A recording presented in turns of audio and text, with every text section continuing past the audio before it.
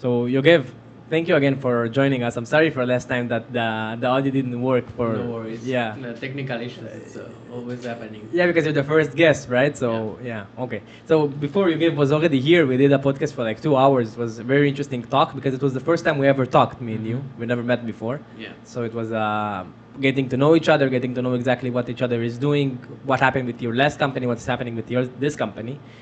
I think for this podcast, what we're going to do is, we just, I don't know if continue the last talk, but I'm not going to fake it like I don't know what is already going on. So I'm going to ask questions accordingly to that. And of course, you're more than welcome to ask questions back, everything.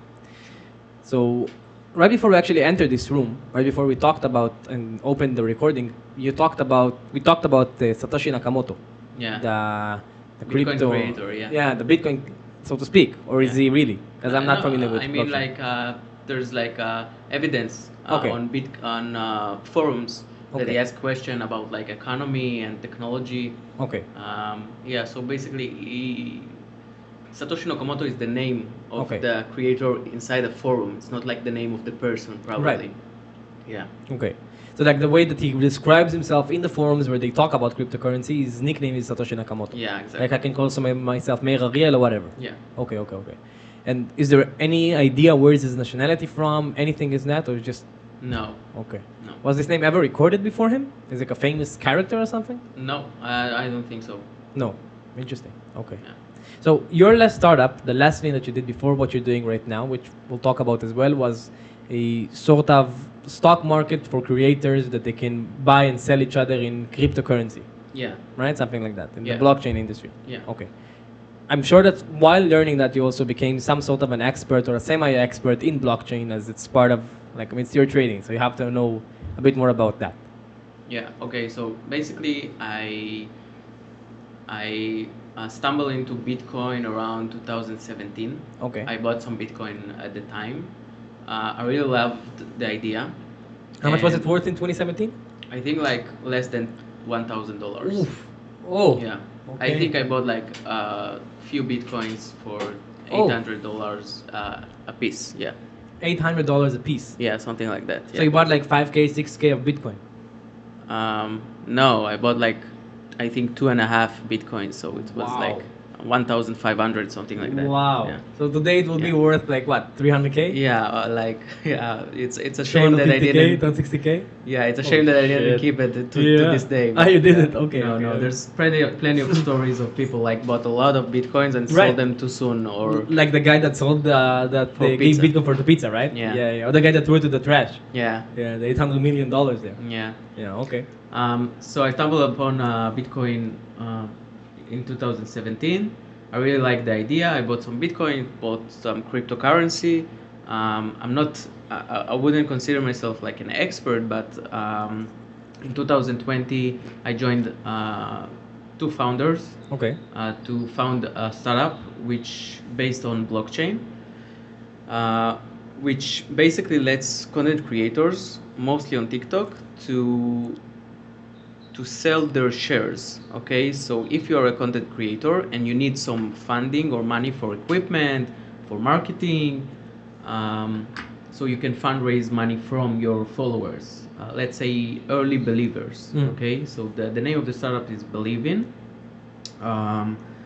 and yeah, that's basically it. And if you buy stocks or kind of ownership of this content creator, you can get like revenue share in the future, and it's all based on smart contracts. Okay. So everything is like automated. Right. There's no one entity that governs everything. It's all blockchain. Okay, so that's the idea of blockchain. I mean, in the end Yeah. of the day, it's not by governors, it's not by regulations, it's something that is for the people, by the people. Exactly. Okay. Can you please explain for me, because I have no idea whatsoever about blockchain, besides seeing the Bitcoin going up and down like a drug addict in Vietnam. I have no idea what's going on there. Yeah. So, first of all, if you can explain a bit more for the non-knowledgeable like me about what blockchain is, and then go a bit into depth about what Bitcoin is, and then how exactly does your company function in this whole realm, or the last company that you did? All right. So it all started as like a decentralized system, Okay. where you don't need like government to print money or manipulate the value of the currency. How can and they s- manipulate it? By printing more or printing less? exactly. Okay. Yeah. So you're talking about FIFA coins, right? Like, that's the name FIFA? No, it's Fiat. fiat. Fiat coins, sorry, not Exactly. FIFA. Yeah, that makes more sense. Okay. So like dollar, euro, shekel, etc. Exactly. Okay.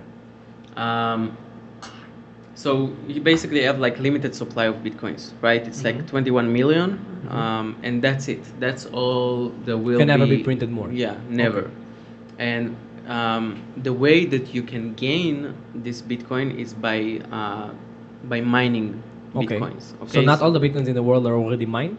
No, Okay. they should be mined. I think by 2180 or something like that. Wow. Yeah. So Okay. How many bitcoins are already mined? How many bitcoins are there in the realm of crypto that are not mined yet? right, that's not mine. Yeah. Um, I'm still not sure. I think like 3 million. Okay. Maybe something like that. Okay. Like not completely sure. For sure, Okay. but something around that number. Yeah. Um, so like every block, which means like I think um, every few blocks or every few years, you get like when you mine Bitcoin, you need to solve this very complex algorithm, right? Okay. You get a hash and you need to solve it. So you need a lot of computing power, right? Okay. So you need like very strong computers. Very strong electricity. Yeah. Right. So today people are like buying like very strong hardware and they join a pool, which means that a pool is like a pool of a lot of hardware combined. Everyone like contributes his computing power, and the pool is basically solving this mathematical issue. Yeah. And when when it succeed, the reward, which is I think today is like 3 bitcoins. It used to be 6, and before that it used to be more. Every like few months I think, or few years, the reward is like getting smaller by half. I think it's every 4 years. Okay. But I'm not sure.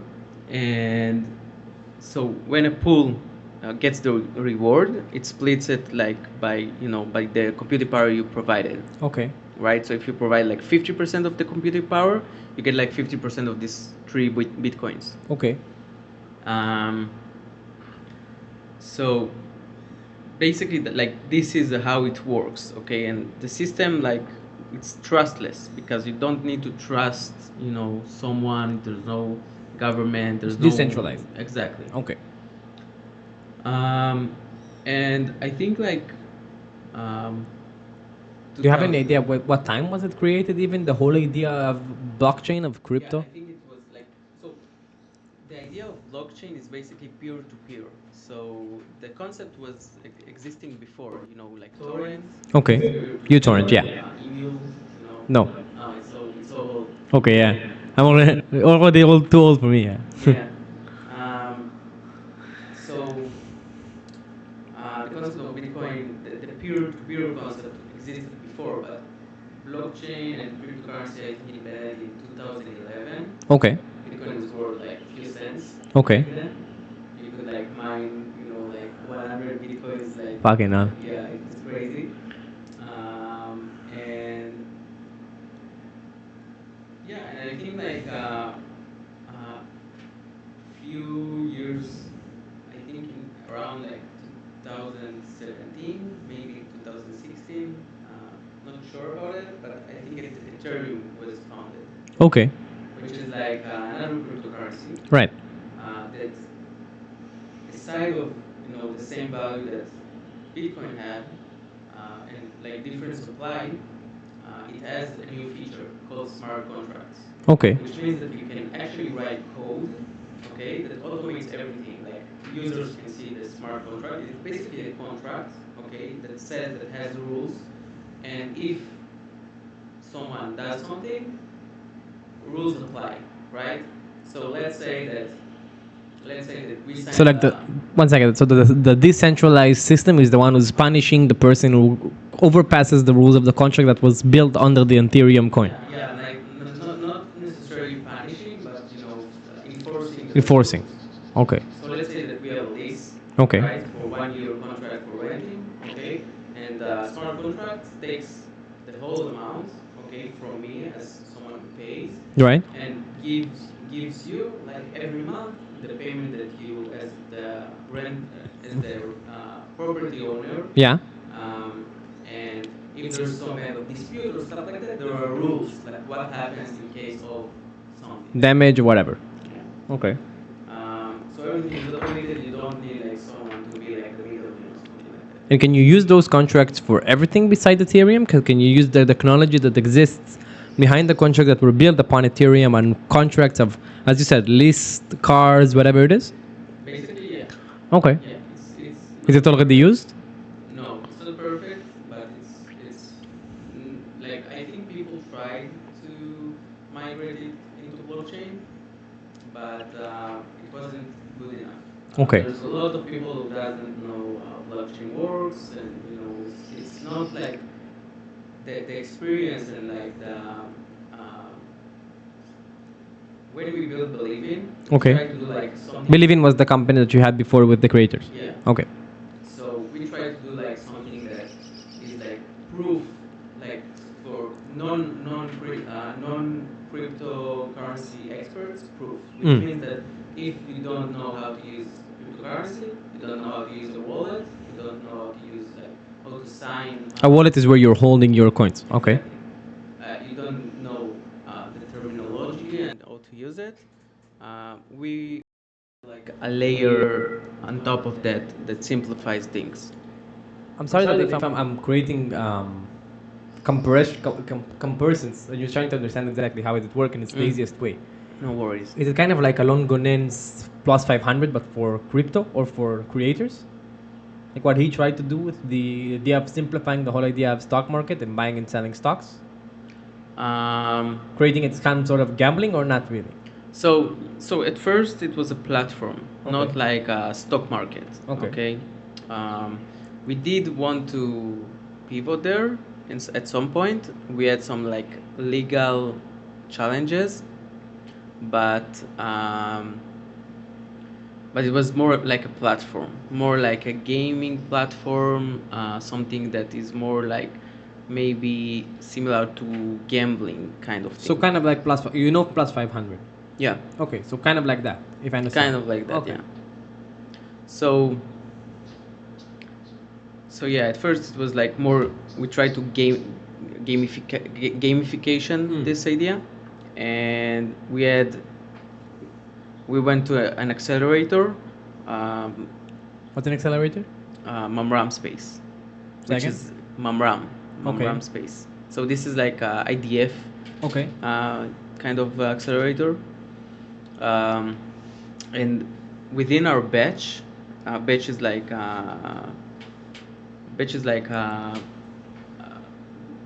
you have like you know it's like you have like two batches a year. Okay, so Okay. batch is like a cycle round.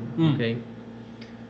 So within our batch, there was another startup who did kind of the same thing, but Okay. with gaming, like specifically for gaming, for not for content creators in the gaming area. So like Ninja, for instance.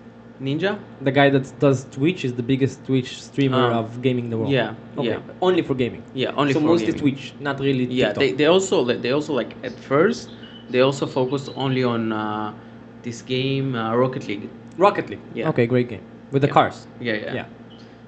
So they managed to like fundraise, I think, like $5 million. Oh, shit. Yeah. Israelis? Israelis. Yeah. Okay. They're both like they both served at Mamram. Yeah. So this is like a big advantage. Is Mamrama a unit in 8200? Yeah. Okay. A200. Yeah. Yeah. It's a big advantage. So yeah, so they managed to fundraise $5 million. Fast forward like 3 or 4 years afterwards, they closed the startup. Yeah. No way. But they did make like good progress. Okay. Back to our startup. Okay, so we started with the platform. We kind of did it like a betting kind of things. We focused on TikTok creators, mostly like early stage creators, and we tried to pivot some places. We went to Nas Daily. You know that Nas Daily? Of course. A we went to Palestinian guy. yeah, Mm. is very like Israeli, He is, pro-Israel. yeah. But he's Palestinian, right? He was growing in Shechem or in Yericho. Yeah, Yeah. yeah. I love that guy. He's a great guy. Yeah. Great content. Yeah, we tried to Also doing fundraise. now an AI summit in Singapore. Oh yeah. Yeah, So yeah, we yeah. were in NAS Summit in Dubai. Okay. Yeah. So we went to this conference. We tried to fundraise from him and Wow. from other people. We talked with a lot of content creators. It was really nice. We had these shirts with QR code at the back to Smart. scan. Yeah. It was nice. We also got like some clients from there. People was like genuinely interested in that. Okay. I think like the pain existed in some way, but Sorry for interrupting you. Before you talked about the idea of recognizing what is a vitamin and what is a pain. yeah, Right. So like that's what true. helps people and what prevents their pain. So that's what That's you true. mean. Okay. So let me say that again. Yeah. Okay, so when you build a startup, you have like there's a saying. There's a saying that goes like, if you want to build a successful startup, focus on painkillers, not vitamins. Right. It means that you want to help people, um, help people with their pain. Right. Okay, with facing their pains, and not giving them something that will help them in the day to day, or in the long run. They don't feel it immediately. They don't feel it like in this moment. Even if it is a vitamin, talk about it and sell it like it is a pain. Yeah. Right. So like That's there's true. a good example that I'm thinking about buying myself right now. Is that there's, I don't know if you heard about it, this cooling mattress where you sleep on it and it makes the bed cold, which increases the quality of sleep very much. Oh, okay. Because it says that you really sleep much better when it's cold. Right? Okay. Just like biology. So the aircon, of course, makes you cold, but it doesn't make you as cold as when the actual mattress is cold. So this technology basically cools down the mattress and makes the whole bed cold. With the aircon, it really increases the sleep quality according to them. So when they sell it, instead of saying you will get better sleep quality, the whole commercial is you're tired of being tired, you hate going to work feeling foggy. Exactly. So like it's a vitamin. It's nothing Yeah. crucial. Nobody needs it. Like Yeah. nobody wakes up in the morning and say I need a cooling mattress. It's not something that you need to have in order to change your life. It's a vitamin, nothing Yeah. else. But they sell it like it's a pain. Yeah. Yeah. So it's all about marketing. Exactly. But I think like in the startup world, it is matter how you market it. But in the bottom line, there is a concept that says there's a book about it, right? That called PLG. Okay? Okay. It means like product led growth. Okay, PLG, product led growth, which means that if your product is good, it will lead your growth, right? Okay. So in startups, you can focus on marketing and you can really like grow a company just by sell things really good. But if you have a good product that actually solve pain, you have much more chances to succeed. Okay. So yeah, because like most startup fails. Right. Most 90%, startup- isn't it? Yeah, Or something more. like that. It really depends. Like On how you count failure. yeah, Yeah. Okay. it really depends. Like some startups fail because like lack of money, lack of customers. It really depends on. We'll talk about it. We'll talk about it already, but we'll summary it up. What exactly you think was the main reasons for your startup to fail? Yeah. later. So I think like the main reason, like the biggest one, is not understanding the clients and my audience, our audience, completely. Right. Okay. So we talked with content creators, we talked with investors who are very experienced in this field, but the questions wasn't there. Like it wasn't like the questions was like, would you use this kind of product? Would you want money? Of course, everyone the answer wants is money. yes or no. There's nothing different. Yeah, everyone want money. Yeah. You know what? If I'm telling you you want like $1,000, but I'm taking 20%, I will get it to you. You'll say yes, Of right? course. Why do I care? Take 80%. Yeah, why do I care? All you need to do is like post something on your social media. Sure. Okay, sure, why not? So, like people will take it, obviously. Of course. Most of people like free money, kind of. Of course. You know, but I think we needed more to get into the problem to understand like why they need that money at the beginning. how much they needed money in the beginning, what they do today to solve the problem, okay, and how can we help them solve this problem, like giving them more painkillers, right? And I think this is what the main problem that we didn't face. We you know, encountered. yeah, exactly. This is the thing that caused us to shut down the startup like 2 years afterwards. Right. There are like some other uh, circumstances, let's say, that we didn't control, Right. like ChatGPT. ChatGPT Yeah. being released, yeah, and AI just took the spotlight. I think to this day, right, to this For day, sure. blockchain is not that, like, it's not no longer in the spotlight. Like 2019, I think, blockchain was in the spotlight. Everything, yeah. NFT, cryptocurrency, crazy, like people selling like pictures of monkeys for Yeah, millions for of hundreds of dollars. thousands of dollars, Yeah, it was crazy. They say that I just read an article that experts of history of economics say that the AI bubble and the bubble that AI created is 18 or even 20 times bigger than the dot-com bubble that was created in the early 2000s. Maybe, Yeah. maybe. Like the how do you call it? The gold craze. Like everybody wants to touch the gold for AI. Yeah. Just went absolutely nuts. So let me ask you a question, okay? So 2008 bubble, right? Right. It was like the dot-com bubble, Exploded. right? Exploded. Yeah. Right. So it was the starting of the internet. Correct. You had like browsers. You had like The starting of the internet was back in the late 90s, not in 2008. Yeah, 2008 but was the the- crash of the yeah. crash of everything. Yeah. So the dot-com bubble, right? Yeah. Burst. Yeah. But- Upon other economical factors of capitalism that will always explode, but yeah. Yeah, but basically, internet gave us enormous value, right? sure. Right. So It depends who you ask, but sure. yeah, Yeah. but you can say that there was a Netscape. Netscape was a browser like Google Chrome or Safari. Firefox, yeah. Yeah, it didn't survive to this day. Right. Okay, so but it did gave a huge value to humanity. Like right? BlackBerry. Yeah. So AI, it's the same. I mean, sure. it will be, and there will be a bubble bursting. I think so eventually. be. Yeah, someday. But I think it gives like enormous value to humanity. I'm not disagreeing with that. I'm just saying that first of all, the whole idea of capitalism as its own, as the whole capitalism methodology of existence has to be crashing every now and then. It's just that how capitalism is Yeah. built upon. Exactly. Because capitalism is all about lives. It's all about the butterfly, not the butterfly effect. I don't say it in English, but it's all about the idea of the belief that something actually exists. Because at the end of the day, money is not money. It's nothing. If you're stuck on a lone island with $1 million in cash, you're worth nothing. Yeah. And you prefer having a coconut than having $1 million in cash. Yeah, of course. Has no worth unless a person comes in and then you can tell him, okay, I'll give you 100K, I'll give you $1 million, just save me. And then okay, the guy will do everything in his hand in order to help you out. Yeah. But it's all about the belief. So of course, belief shatters. So this is a good point that you're pointing, because this is exactly what I was talking about of giving value. So money is basically value, right? It's the way you can exchange value. It's energy.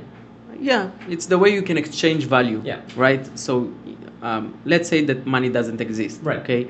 And you're on this island and you have coconuts, and the other guy has chickens. Right. He can't have chickens his entire day, in his entire life. They'll die. Yeah, and the coconut guy doesn't want to eat coconuts all day, Right. right? Or all his life. Right. So they exchange value, Right. right? So maybe one chicken worth like 3 coconuts. Right.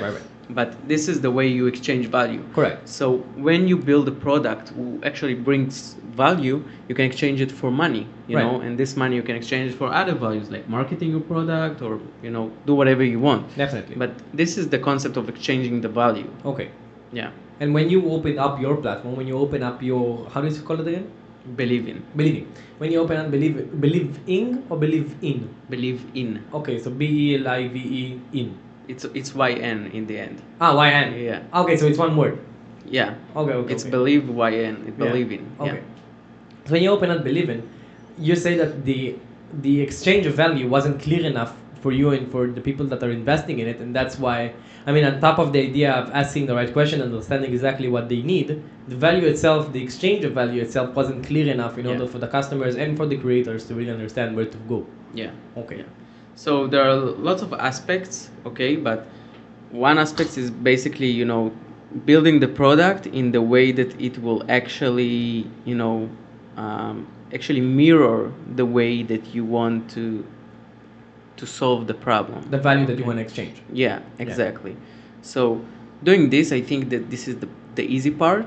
Correct. Okay, but understanding how you actually bring value to people, bring value to your customers, especially when it's B2B2C. Right. Okay, we'll talk about it in a second, but when it's B2B2C, you take care of the business you're providing service to and their customers. Correct. So you're in charge of two entities, kind Correct. of. So you need to understand both of their problems. Definitely. So you do like B2B2C is mostly like marketplace concept. Right. Not always, but marketplace has a very famous problem. Yes. So Of how you buy and exchange value in it. yeah, because you have it's about like what do you say it? Supply and demand. Correct. Okay, so you need to understand where is the supply, where is the demand. Yeah. Like All this is sides the want to marketplace. profit. How do they profit and what they sell, what they buy. Yeah, it's always like a chicken and egg problem. Exactly. Especially in a marketplace. And yeah, Because when you're doing services, it's very clear. Let's say right now I'm a podcast room, so you come into my room, you make a podcast, you pay me money. That's it. yeah. That's where exactly. our services ends. But in a marketplace, it really needs to be clear to all sides where the exchange of value goes. Yeah. Also, like who starts?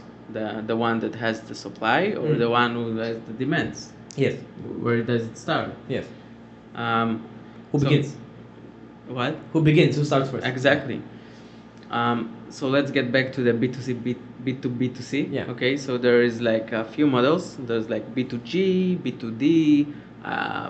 So basically B2B is like one of the most common. Is like me, I'm the B, I'm the first B, I'm the business, and I'm giving services or products to another business. Right. So this is like business to business. Yes. B2C is like Spotify, YouTube. In the SaaS industry. In the SaaS industry, yeah. SaaS, by the way, for the people that are watching, is software as a service. It's Exactly. SaaS. Yeah, exactly. And the customer, the C, is common people usually, not businesses, Right. that pay for services. Very small businesses. Maybe. Yeah, depends on how big your business is. Yeah, it really depends. But let's say the Spotify, I'm paying for Spotify. Right, I'm a exactly. customer. That's the completely customer. Yeah. Also YouTube Premium. Also, all of those services: Netflix, YouTube Premium, Spotify. Exactly. Exactly. There are like B2G, like working with governments. B2D, working with developers. Yeah. But B2D can also be accounted as B2C. What do you mean? B2D, when you're Yeah. working with developers? Kind of. Let's say that it could be. I think it's more like B2B. Well, let's say Okay. Copilot. Is it B2C or B2D? B2D. B2D, okay. Yeah, because Copilot is.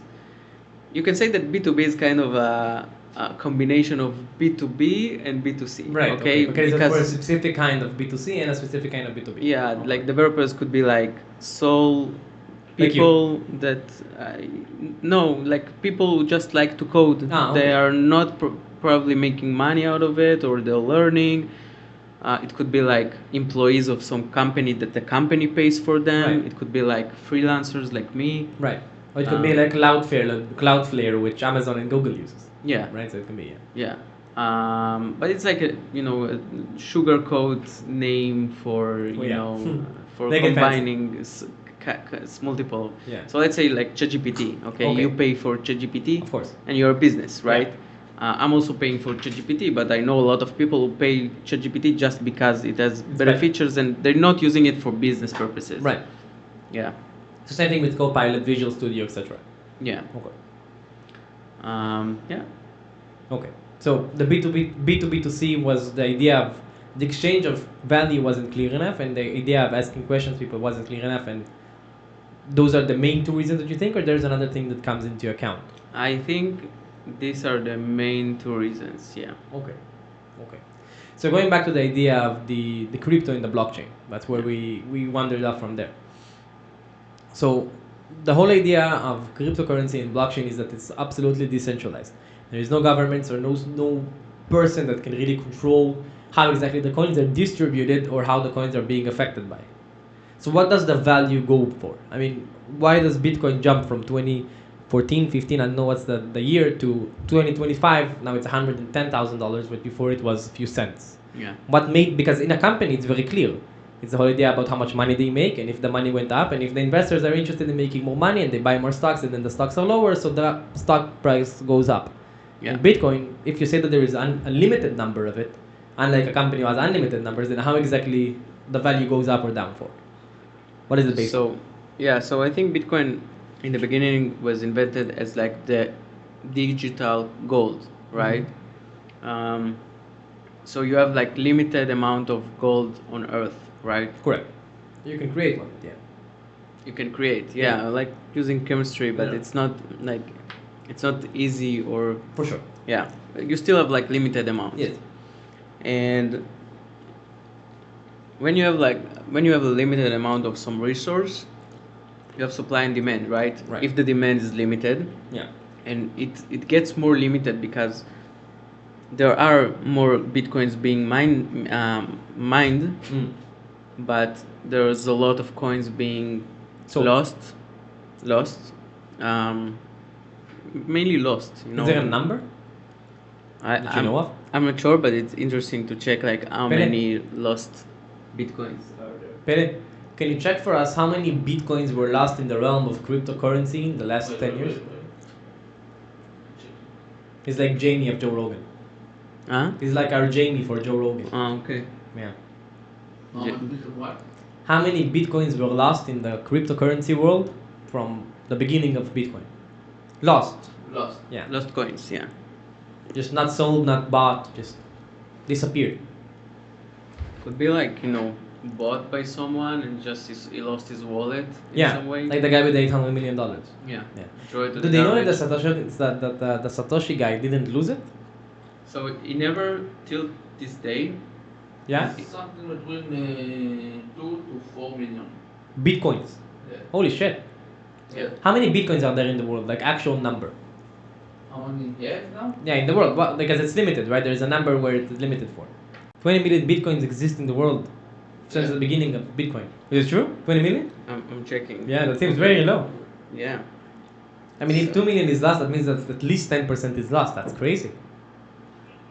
Yeah, okay, so there's something called total supply, Okay. which is like the total supply of current coins, within the market that you can actually trade them Mm. and you can actually use them. So it's almost 20 million, okay? Okay. The maximum supply, which is the maximum Bitcoin that can be existed in the world, is 21 million. So it means like there is 1 million left, okay? That's it. Yeah, Wow. 1 million left Bitcoins to mine, Yeah. okay? Well, it's 2 of them lost. 2 to 4. 2 to 4 million left. That's insane. Yeah, Okay. and this is like why Bitcoin is like gaining more and more value. Because You the can- supply keeps going lower and lower. Yeah, you can Okay. also see like companies investing in Bitcoin, Mm. right? Like Many countries. Ecuador. MicroStrategy. Yeah, also countries. Yeah. MicroStrategy, you know them? No. It's a company that initially sold software, Mm-hmm. more like logistics. Can you get software. closer a bit to the mic? Yeah. I think mainly like logistic software, but now they just keep on buying more and more Bitcoin. Okay. And this is their way to make money. Okay. Yeah. They buy and sell Bitcoin. That's the way to make money. Yeah. Yeah. Really? Yeah. So there's companies that are basing only upon the idea that they're trading, exactly like the stock market. Yeah, I'm not sure like they're just trading, but I know they're stocking Bitcoin. Okay. Like they keep on buying and buying more Bitcoin. Okay. Yeah. And you can use the blockchain world exactly the same as Bitcoin is using it, with a limited supply of a coin, exactly the same with this limited supply of stocks that each creator has. How exactly does that work there? Yeah, so in our startup, you basically issue or mine an NFT. Okay. Or some specific number of NFTs. Also with a mathematical issue that you need to solve? No, Okay. no, it's not. It's more not working the same. Mm-hmm. because people don't know how to mine. It's not the way to prove it. Okay. Okay. So we basically based everything on something called NFT. Okay. So you can create, let's say, 100 cards. We based it on cards. Okay. So you have like cards, and these cards you can buy. Like as a content creator, you can mint or issue 100 cards. Okay. And each card worth $1, let's Okay. say. Okay. And So it's then actually like you can split yourself in the public market for stocks. yeah, exactly. You can also like issue like a rare card, like one of a kind, something that worth, $100. It sounds like the Super Bowl. Yeah, exactly. Okay. So I didn't say that, but our main idea started from Kaby Lame. Okay. Okay. Kaby Lame was this guy who worked, I think, as a waitress Mm. in Italy Mm. or France, and it's this guy who does like this. Yeah, this the black gesture. guy. Yeah, and he made like millions. He became like one of the top 10% creators on TikTok. Pele, can you please check for us the net worth of Kaby Lane? Keep going. And we saw that like What check? Kaby Lane. KHABY KH ABY רווח LAME LA. ME. What check what? What's the net worth? What the what? Net worth. Net worth. So um, so we saw like this guy made it from being nothing to like top, I think, 10% on TikTok. right. I don't know, even maybe like top one. I don't remember, but it's crazy. It became like multi-millionaire from nothing. Nothing. Yeah, and this was like Just a our funny face. story. Yeah, this was our story when we talked to content creators. So that's what your pitch. Part of our pitch, yeah. Right. And to investors. And it's really amazing because this guy only needed money, Mm. okay? And he had nothing to do during pandemic. Okay. And this is what he did, and he's like he exploded. It's crazy. That is crazy. Yeah. That is crazy. Actually, I have an interesting question for you, but wait a second. What's the number? $20 million net. $20 million from doing like this. Okay. Sounds nice. Yeah. I will take it. Yeah. I will me take too. it. Me too. Yeah, I will take it. Yeah. He didn't even speak in his. No, he never talks. He never talks, doesn't he? Just do. Yeah, it's like that guy, you know that guy, the Brazilian guy that goes around with famous models. He even did a video with Mr. Beast and Ronaldo. The guy that claps, the Brazilian guy from the favelas of Brazil. No. That's like, hey, Sammy, and then he claps his hands. No. I know. You know what I mean? No? I'll show you later. Alright. It's just a weird guy, Brazilian guy that invented this song and just goes around the world with very famous people for some reason. Like Mr. Beast did a video with him, Ronaldo did a video with him, where he just claps his hands like this, like that, and then sings some song, and that's it. That's how he does. Yeah. Yeah. Everybody go crazy. It's crazy. Yeah, it's crazy. Yeah. What I wanted to ask you is actually something that I thought about from our last talk. I researched about the idea that you said, like the idea of creating blockchain industry for selling and buying stocks of a creator. Yeah. I don't know what Logan Paul is doing, but it seems like it's kind of the same. Are you aware of exactly what he's doing? Yeah. So let's talk about competition in startups. Okay. Okay. So basically, if you have competition, most people, like, the natural instinct is to say, no, it's already exists. No, there is competition. It won't work. But it's completely the opposite. When you have competition, it means there are customers. There are people facing the same problem. Okay. So when there is a competition, it's a very good sign. Okay. Right. About There's no smoke where there's no fire. yeah, exactly. Yeah. So I don't know who is this guy. Logan Paul. No, I don't One know. of the biggest creators in history. Oh, The no. blonde guy, the Jake Paul guy, Logan and Jake. No, I don't know. Really? Yeah. So there's just this couple of brothers, twins actually. They do boxing right now. Even fought Mike Tyson a while ago. Oh, really? No, Yeah. I don't know this guy. They're the biggest of the biggest. They're a couple of blonde kids. Each one of them is worth like 20, 30, 40 million dollars, something crazy.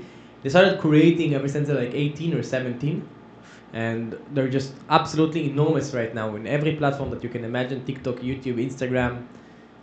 If I'm not mistaken, either Jake or Logan, one of the brothers, is creating a platform that is kind of the same, is trying to like get a hold of the whole idea of content creation and selling content creators exactly like you're selling stocks. Mm-hmm. Now I don't know if it does it on crypto, like does it on blockchain like you did, or I don't know exactly how does it work, but it seems like it's an idea that, I mean, where did you get the idea from, and is it something that's already been before, or that you know that someone is doing it right now in a massive scale?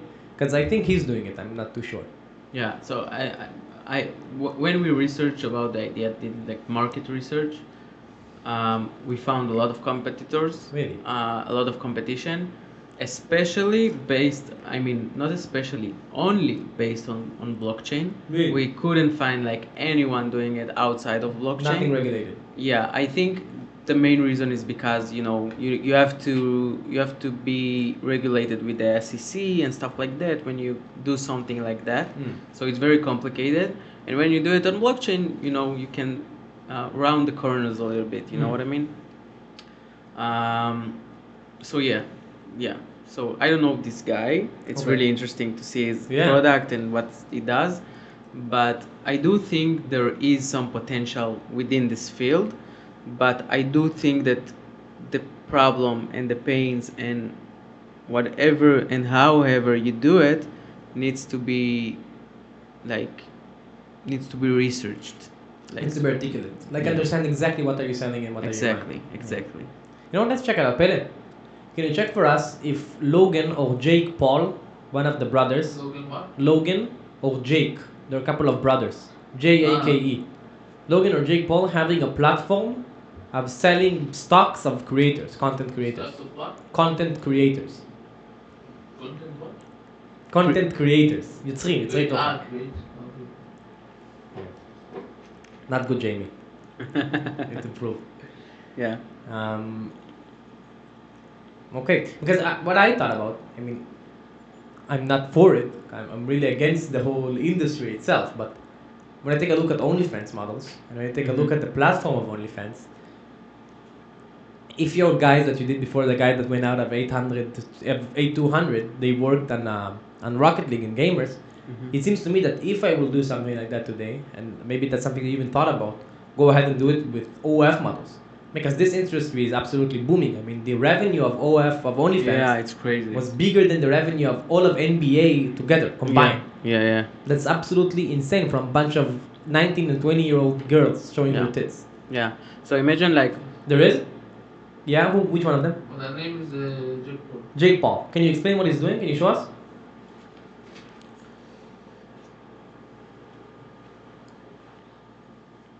Yeah, so his name is Jake Paul 10. Yeah. Yeah, he's doing it already from 2017. He also has Prime, if you know. yeah. Right, you heard about Prime? Yeah, that's interesting. So he's doing around the same. He's doing it. I don't know if he's doing it. Let's say he's doing it with. I don't know if he's doing it with cryptocurrency, but he does do the same. I'll check it out later. Yeah, Seems yeah. to be something interesting. It's really interesting. Yeah. So let's talk about this like OnlyFans. Right. So I think like OnlyFans models really need money at first. Exactly, right. They need to market themselves. Yeah, They need good to cameras. They need good equipment. Yeah, They exactly. need the boob enhancements. yeah. They need this money, right?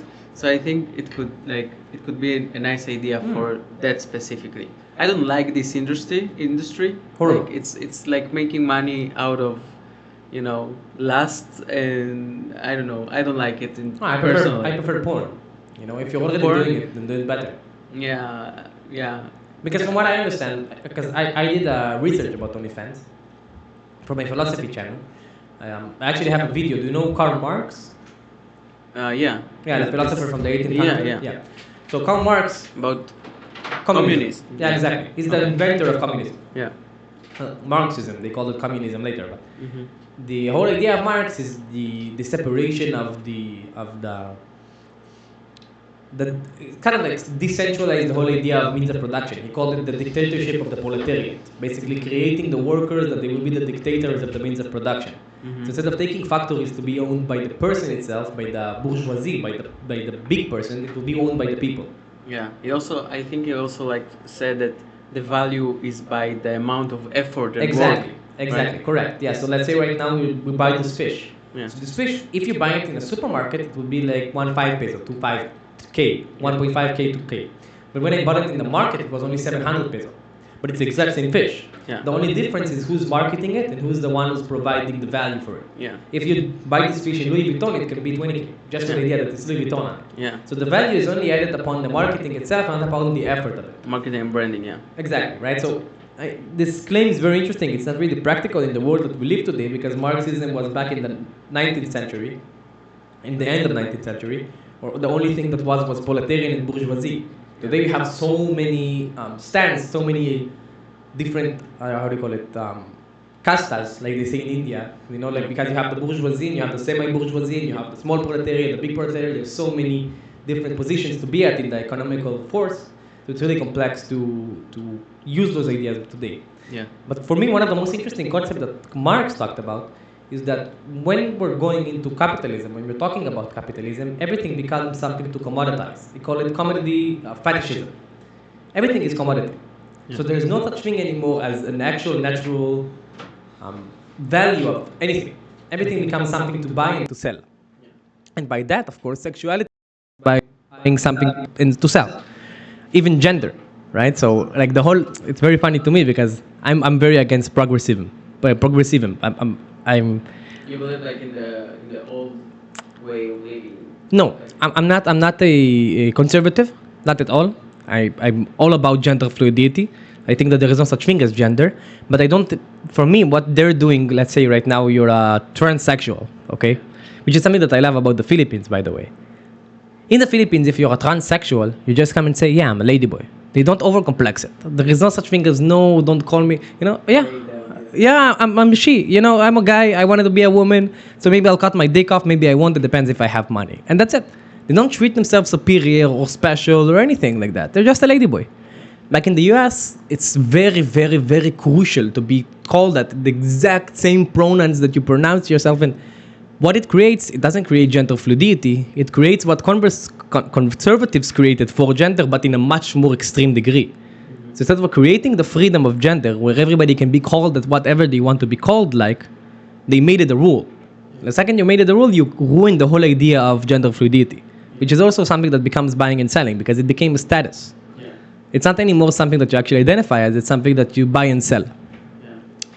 So going back to what I wanted to say, Marx said that everything will become something to buy and sell because of the commodity fetishism. And I claim that OF and OnlyFans is the ultimate representation of capitalism. Because it's like there is no better way to buy and sell your sexuality besides OnlyFans. Because porn is not as good as OnlyFans in the way of buying and selling your sexual desires. Yeah. It's not as good. And the reason it's not as good is because in porn you only watch it. So let's say you want to watch Mia Khalifa, you just watch her having sex and that's it. When you're going on OF, you can talk to her. You can feel like you're with Mia Khalifa. And she texts you like it's herself, although it's a Filipina from the province. Yeah, I think like most of the times you actually, if you text like an OnlyFans model, like behind the keyboard is like some guy managing everything or something. Not only that, I'll tell you something even crazier. In Uptown, in Mango, I've met two French guys from Paris. They have workers here in the Philippines. One of them is even my friend, an ex-friend, someone that I used to date. She works for OnlyFans models who make above $20,000 a month and they have no time to manage their texts. So what she does is she sits all day long on her computer, she's connected to the chat of the woman, and she texts men as if she is her, and every time that he's asking for a picture or something, she's asking for a donation, and then she has a bank of pictures that the woman already took, and she sends him a picture for the donation. Yeah. So that's a much, it's the worst platform there is, but the revenue there is absolutely enormous. Yeah, it's great. Right? And OnlyFans models do need all of those money. Unlike content creators where they can be creative and do different stuff, in OnlyFans there is only about the measure of how extreme you are, how volume you have, because there's no really much thing you can do. Besides TikTok dancing and fucking, there is not really, there's not content that you're creating. You're not really something special that you can do. You're talking about OnlyFans? Yes. No, so I think like, They need the money. so if you're like an OnlyFans model, like you're just starting, right? You need,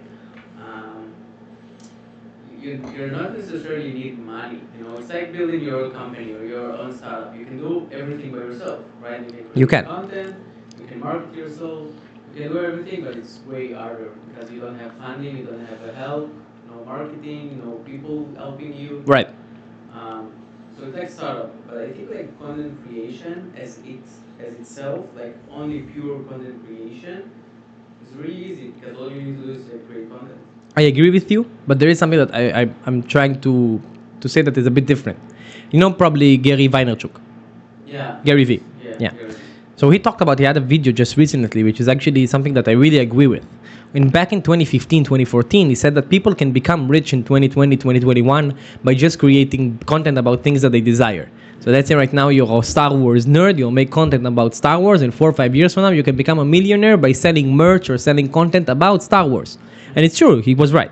You can see it in everywhere today. You know, people are making content about the things they desire, whether it's business or simply without even selling anything, right? Because Alex Hormozy is selling acquisition.com, but you cannot sell anything. I have something to say about it in regard to startups. But Yeah. Keep going. Okay.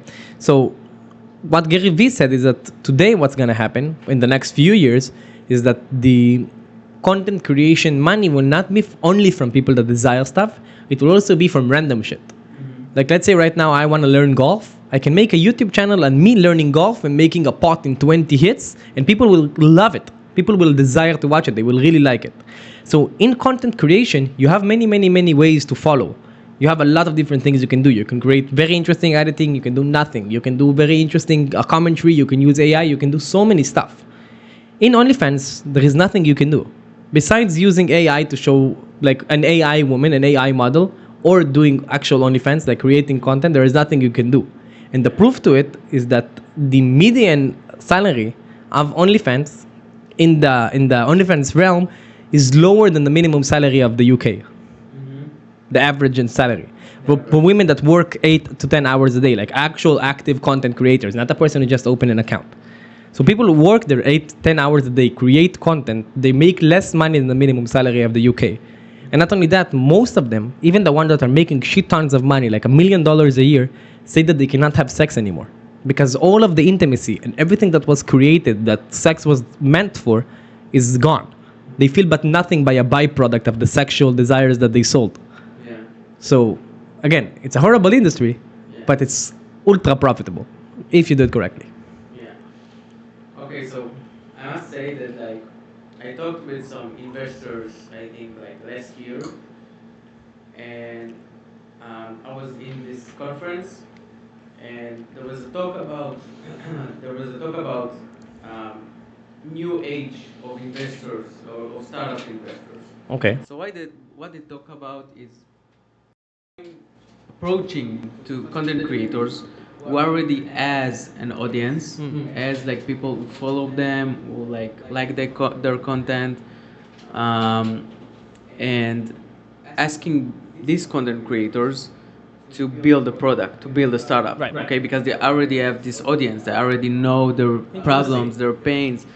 By the way, what you said about learning golf, okay? So if you want to be a content creator of yourself, learning how to play golf on YouTube and stuff like that. So I was like, okay, this sounds like vitamins. Right. But it reminds me that a few days ago I came across this Instagram account. The name was "I'm done with obesity." Okay. And this guy just challenged himself to like to lose weight. Amazing. Okay. So it's amazing because this is pain, you know, Exactly. pain of so much people. It's so much inspiration. Yeah, so people like who suffer from obesity wants to follow this guy, wants to Right. see his progress, want to get motivated. So I think this is amazing because you can take this concept of painkillers and vitamins into everything, you know, sales, when you create content. There's a saying that I heard that goes like, when they cry, they buy. Yeah. Okay, so when you feel touched, when you feel pain, you want to relate to this person. You want to, like, if you're a content creator, you want your audience to relate to you, right? So you want to present the pain that you're going through. You want to present the emotions that you're going through. And I think like positive emotions are nice, but it's like vitamins. And when you get to negative emotions, this is where the pain, you know, Right. where the pain and the painkillers. Correct. Yeah. But I do have to say something that I feel like today, because you're absolutely correct. I mean, as a salesman, I can say about myself that the only way to sell a person is, we talked also about it in the Yeah. last podcast, the only way to sell to a person is by talking about his pain and going into his actual pain. Because wanting money, as you said before, everybody wants to make money, but that's not the Yeah. reason to buy something. The Yeah. reason you buy something is because you want to get your mother out of the hood. The Mhm. reason you buy something is because you want your father to be proud of you.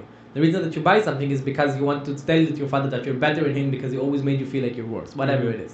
Yeah. And I say something that Right. might be controversial. Okay, say. No, I must say it was like a very good conversation. Yeah? Last time, yeah. Yeah, that's good. Yeah. That's good. Because it's something that it's very difficult to understand when you're talking to a person because you really have to go why, like Mhm. inside of it. But it's fascinating to see when it comes out and when it pops out of the actual pain. It's fascinating to see, like, every conversation is completely different and every motive is completely different. Yeah. But I might say that's something that might be a bit controversial or a bit offensive, and I think also Hormozy talked about it in some sort. In today's world, everybody are pussies in an immense way that we cannot even imagine. We also talked about it before that today is so much easy to make money. You need to be a fucking asshole to not make it. But the problem is that you're so distracted by every little possibility that you have and by every little reel that you can see on Instagram that it's very difficult to actually do something. Mm-hmm. Right? So like my friend who opened 10 businesses in the last year. Yeah. Because it's so easy. Yeah. He doesn't need to open a business. It's not like our grandfathers who needed to go to take a loan from the bank and then buy the supplies and go to the. There's so much things. Open they an needed to do. entity, like in the Right? Yeah. Regulate the entity. There's so many things they needed to do till the business was considered open that by then you already said, I've invested so much, I cannot Yeah. quit. You can just open an Instagram account. That's it. Right? My business is running. Exactly, that's it. You have a business. Yeah. That's it. You just take a reel, that's it, I have a business now. Yeah. So back in the time, there's this term in poker where you have to leave while the table is still hot. Yeah. Right? So like if you're already starting to play and you started to lose some money, the worst thing you can do is to say no, I'll gain it back. Mm-hmm. If you're on a cold streak, leave the table. So back in the day, our grandparents, they already worked so hard until the day that their business is opened that they couldn't just quit all of a sudden. No. Today- There were too invested. Exactly. Yeah. Right? They cannot quit. That's it. They're finished. They have to keep going. Even if they go close to bankruptcy, they're Mhm. already so much inside. The only way to keep going is to keep going forward. Yeah. But today you can just switch like that. Yeah. Like it's so fucking easy. Yeah. So what I wanted to say It's the same like approach in relationships and stuff like that. it's Yeah. also true by Tinder, right? Yeah. Yeah. So yeah, like this doesn't work. Never mind. I'll just find someone exactly. else. Like this. Because it's so easy. And as a foreigner in the Philippines, it's even 10 times easier. Yeah. Yeah. So a lot of my friends was really invested and in love with their Filipino girlfriends. Just as a anecdote, because you're quite new in the Philippines, they were in love with their girl. If you decide to stay, they were in love with their girlfriends, really in love with them, but they couldn't stop cheating because it's so fucking easy. Mm-hmm. Because it's every fucking where. Because it doesn't. You can go to the toilet and you can find women. Yeah. That's how easy it is. Yeah. So what I wanted to say about the idea that everybody became losers, and the reason I'm saying it is because I agree 100% that the way to go is to sell the pain, not the vitamins. As being people cry, they buy. Yeah. But today it's so much easy to make people cry, and people are crying for everything. Yeah. So even a person that is losing his hits on golf and seeing another person waking up in the morning and learning a new skill, for him it's inspiring. Yeah. He's like, wow, this person is learning a new skill. I wish I had the courage. I wish I had the time. Yeah, he's Yeah. scrolling on Instagram 5 hours a day. I wish I had the time to go and learn golf. Yeah. So everything is already commoditized and everything can be done. So that's just because it's something that I find very interesting about myself when I talk about things that for me are very simple, Mhm. right? Like simple ideas, very simple ideas. Not like talking to you about the Marxism or anything deep. Very simple philosophy ideas. People find it fascinating Yeah. because people are not thinking about anything. Yeah. So I must say, like for you, as someone who's in the Etsy and dropshipping industry, right? So there are like people crying about everything. You can basically sell like a shirt, like triggering, so emotional, has some nice text, and people will buy it just Yes. because they feel related and feel pain and stuff oh, like I that. need yeah. to have this. Yeah, it's exactly. mine. It was already mine from before. Yeah. So okay, I'll go into a bit more overdraft. It was mine. Yeah. Yeah. I know, overdraft. Yeah, because that's how it is, right? Because everybody's in overdraft. Yeah, that's true. Yeah. So right now your business is completely different than the one that you had before. Mhm. 100% different. Everything, like also the business model, the person that you are targeting. Explain a bit more about what you're doing right now. Yeah, so basically now I'm working on AI tool Okay. AI product that helps with patents prosecution. Okay, it helps mainly patent attorneys and patent agents. Okay, so there are two different uh, personas or avatars that I'm approaching to. The first one is patent attorney. It could be like a freelancer. It could be like part of a law firm. Okay, this is an attorney who's actually licensed. A lawyer who's actually a license to file patents and work with patents. And the other persona is like patent agent, which is someone who is not a lawyer, is not basically not licensed. He has all the information and everything. He knows how to file a patent. He knows everything about patents. He drafts everything. He does all the work, and he uses like some kind of proxy attorney to file everything. And Proxy attorney is basically a third party. yeah. Okay. Um, so this AI tool, AI product that I'm working on is there is a very long and complicated process to file a patent and then maintain it. Okay, so the first step is find prior art. Okay, which means that I need to see if my patent can be patentable. Okay, if it exists before, if there is something similar.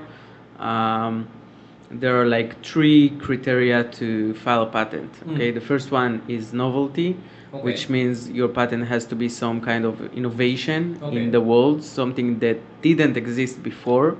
Okay. Um, the second one is obviousness. So you don't want your idea or your patent to be obvious. There is a story about, I think, Reese's with peanut butter and chocolate. Okay, so they wanted to file a patent for a combination of peanut butter and chocolate, but it failed on under obviousness because it's obvious to combine peanut butter and chocolate. Do you know if Nutella succeeded making a patent about their loose nuts and chocolate? It's interesting, maybe because Maybe. like they don't have much competition, right? Not at all. Man, Nestle, generally speaking, is a huge monopoly. I mean, nobody Yeah. can even touch them. Yeah, so interesting. Yeah. We're checking. Yeah, Where's is Jamie? that- you want to check for a second? Oh no, it's okay. Okay. We'll check later. So the second is obviousness, and the third is utility, which means that your invention must provide some kind of functionality. Okay, so it means like if I'm combining chocolate and peanut butter, it has to provide like functionality, like eating it or using it for a purpose. Yeah. Yeah. So Um, the first one, in order to get a patent, is it cannot be obvious, like peanut butter and chocolate. Yeah. The second one is it has to have a valid reason. You said something that is Yeah, a functionality. functionality. Yeah. Okay, so something that actually serves someone. Yeah. Okay. And the third one, what was it? Novelty. It has to be like innovative, something that didn't exist before. Okay, so you need to have proof that nothing like that has ever been before. Yeah. Can it be something that was improved? Like let's say right now I have a cup, as we talked before. I Yeah. have a cup and then I invent technology where I don't need to pick the cup up. Yeah. So yeah. Okay. I mean, it can be some kind of improvement, but it doesn't need to be presented as an improvement. It needs Right. to be presented like it's an invention. Okay. Patent is an invention. Okay. So if a technology like that already existed and they made it shorter time period, and they already patented, then that doesn't count because No. it's the exact same thing with less time, less Yeah. fusion. Yeah. It doesn't Okay. count. Okay. Um, I guess with a good lawyer you can count it, but Yeah. theoretically speaking. Yeah, I think like we talked about this before. The toilet paper is patented. Right. Right. So I need to like check it like in more details if it's still patented and people like And what's the companies. Yeah, and what's the patent and if companies still paying royalties for that? But I'm sure that I saw that like sometime. I saw that it's patented the toilet paper, the round design and everything. Okay. Also, I must say, like, I won't get into it, but there's multiple types of patents, right? So there's like a utility patent, there's like design patent, there's also like a trademark, which is not a patent, but it's kind of the same thing of IP. Okay. IP is intellectual property. Okay. Like a book, like a movie, like a course that you made. Yeah. Okay. So By the way, just so we're not to interrupt you, but what's the difference between um, creator violation, or however you call it, what they tried to do to Ed Sheeran, if you're aware of it? no. You know Ed Sheeran, Yeah, of course. So they tried to sue him for stealing a song from someone because it was the same chord sequence, and Mhm. kind of the same strumming of the guitar. Now Mhm. those 3 chords or 4 chords are the most major chords in the history of music. I mean, Mhm. everybody's been using it ever since the rock has ever made. So every band that you can think of, the Beach Boys, the Beatles, Led Zeppelin, Black Sabbath, any band that you can think of has used those chords in one song or another. And the way to prove that he didn't steal the song, he showed it in chord. So he Mhm. played those chords with the same strumming, and then he showed how different songs that everybody know of, like "She Loves You" or a song from Beach Boys, whatever, it's exactly the same thing. Yeah. Right? So is that something that is count as intellectual property? No, because people used it before. No, but like what they tried to do to him, the swing that they tried to do to him. Is that what you mean by intellectual property? Because it's something that he stole from someone that he invented, but Yeah. it's not a physical product. Yeah. Okay. Yeah, but it's not like the one who sue him. It's not his intellectual property. Right. Because it doesn't have like proof. So when you file a patent, you have a proof. You have the date, the stamp date when you file a patent. Right. So even if your patent gets rejected, okay, and it could take up to 2 years, your patent have a stamp of time, and you can sue other people that try to do what you're doing. Okay, as long as you have proof that you filed the patent. Okay. So back to the whole process of filing a patent. So the first one is prior art, as I mentioned. The second part is actually filing the patent and wait for the U.S. I'm mostly working with the U.S. Okay, so you have like a lot of patent. You have in Israel, you have in Japan, you have in Europe. So you have a lot of patent offices that you can file patent to, but most people file, at least at first, to the U.S. Patent Office. Okay. Okay, because this is the most common, the biggest market in the world. So people go there at first. Um, so. We talked about it. There is also centers in Japan, in Australia, in Canada, but US, of course, is the biggest because Yeah. okay. Yeah. So you file the patent to U.S. Okay, and then you wait for rejections, or It always comes. Yeah, it always comes. Okay. 100% of time. Okay. Not 100%, but like 95, Yeah. I think. Enough to say that that's what you're waiting for. Yeah. Yeah. And you have like the examiner of the application goes through the application and says, okay, this is fall under novelty, this is fall under obviousness, this fall under whatever, okay, and gives you like this and this and this is not good enough. And then you do like some kind of ping pong with them. You just some attorneys go into Zoom chat, Zoom video, or talking with them to clear things up. And after this got approved, okay, so you have patent pending, which means like you have about 2 years of examining like a little bit deeper, and you have this process. And once your patent gets approved, you have like 15 or 20 years of maintenance. Okay, so your patent is actually valid, is approved, and you have a validity of 15 to 20 years. Okay. And in this 15 or 20 years, you still have to maintain it. Okay, you still have to file documents, you still have to check that people are not using your patent. If they're like actually violating your patent or not. So if there's a patent that you have in your company, do you need to hold also a patent team to ensure that everything goes on this way, or depends on how big the patent has, like how big impact the patent has, and how difficult was it to get? That's a good question. I know that big companies like Wix, Wix, Of course. Google, of course. Of course. So these companies actually have patent teams. Okay. They filing patent all the time. All the time. And they maintaining it. So you can go to Google Patents. Really? And you can look for patents. You can see like Google filed it, Wix filed it. All So these Google companies. patent is something that is public? Yeah, you Oh, can okay. actually see the whole application. You can see everything. Okay.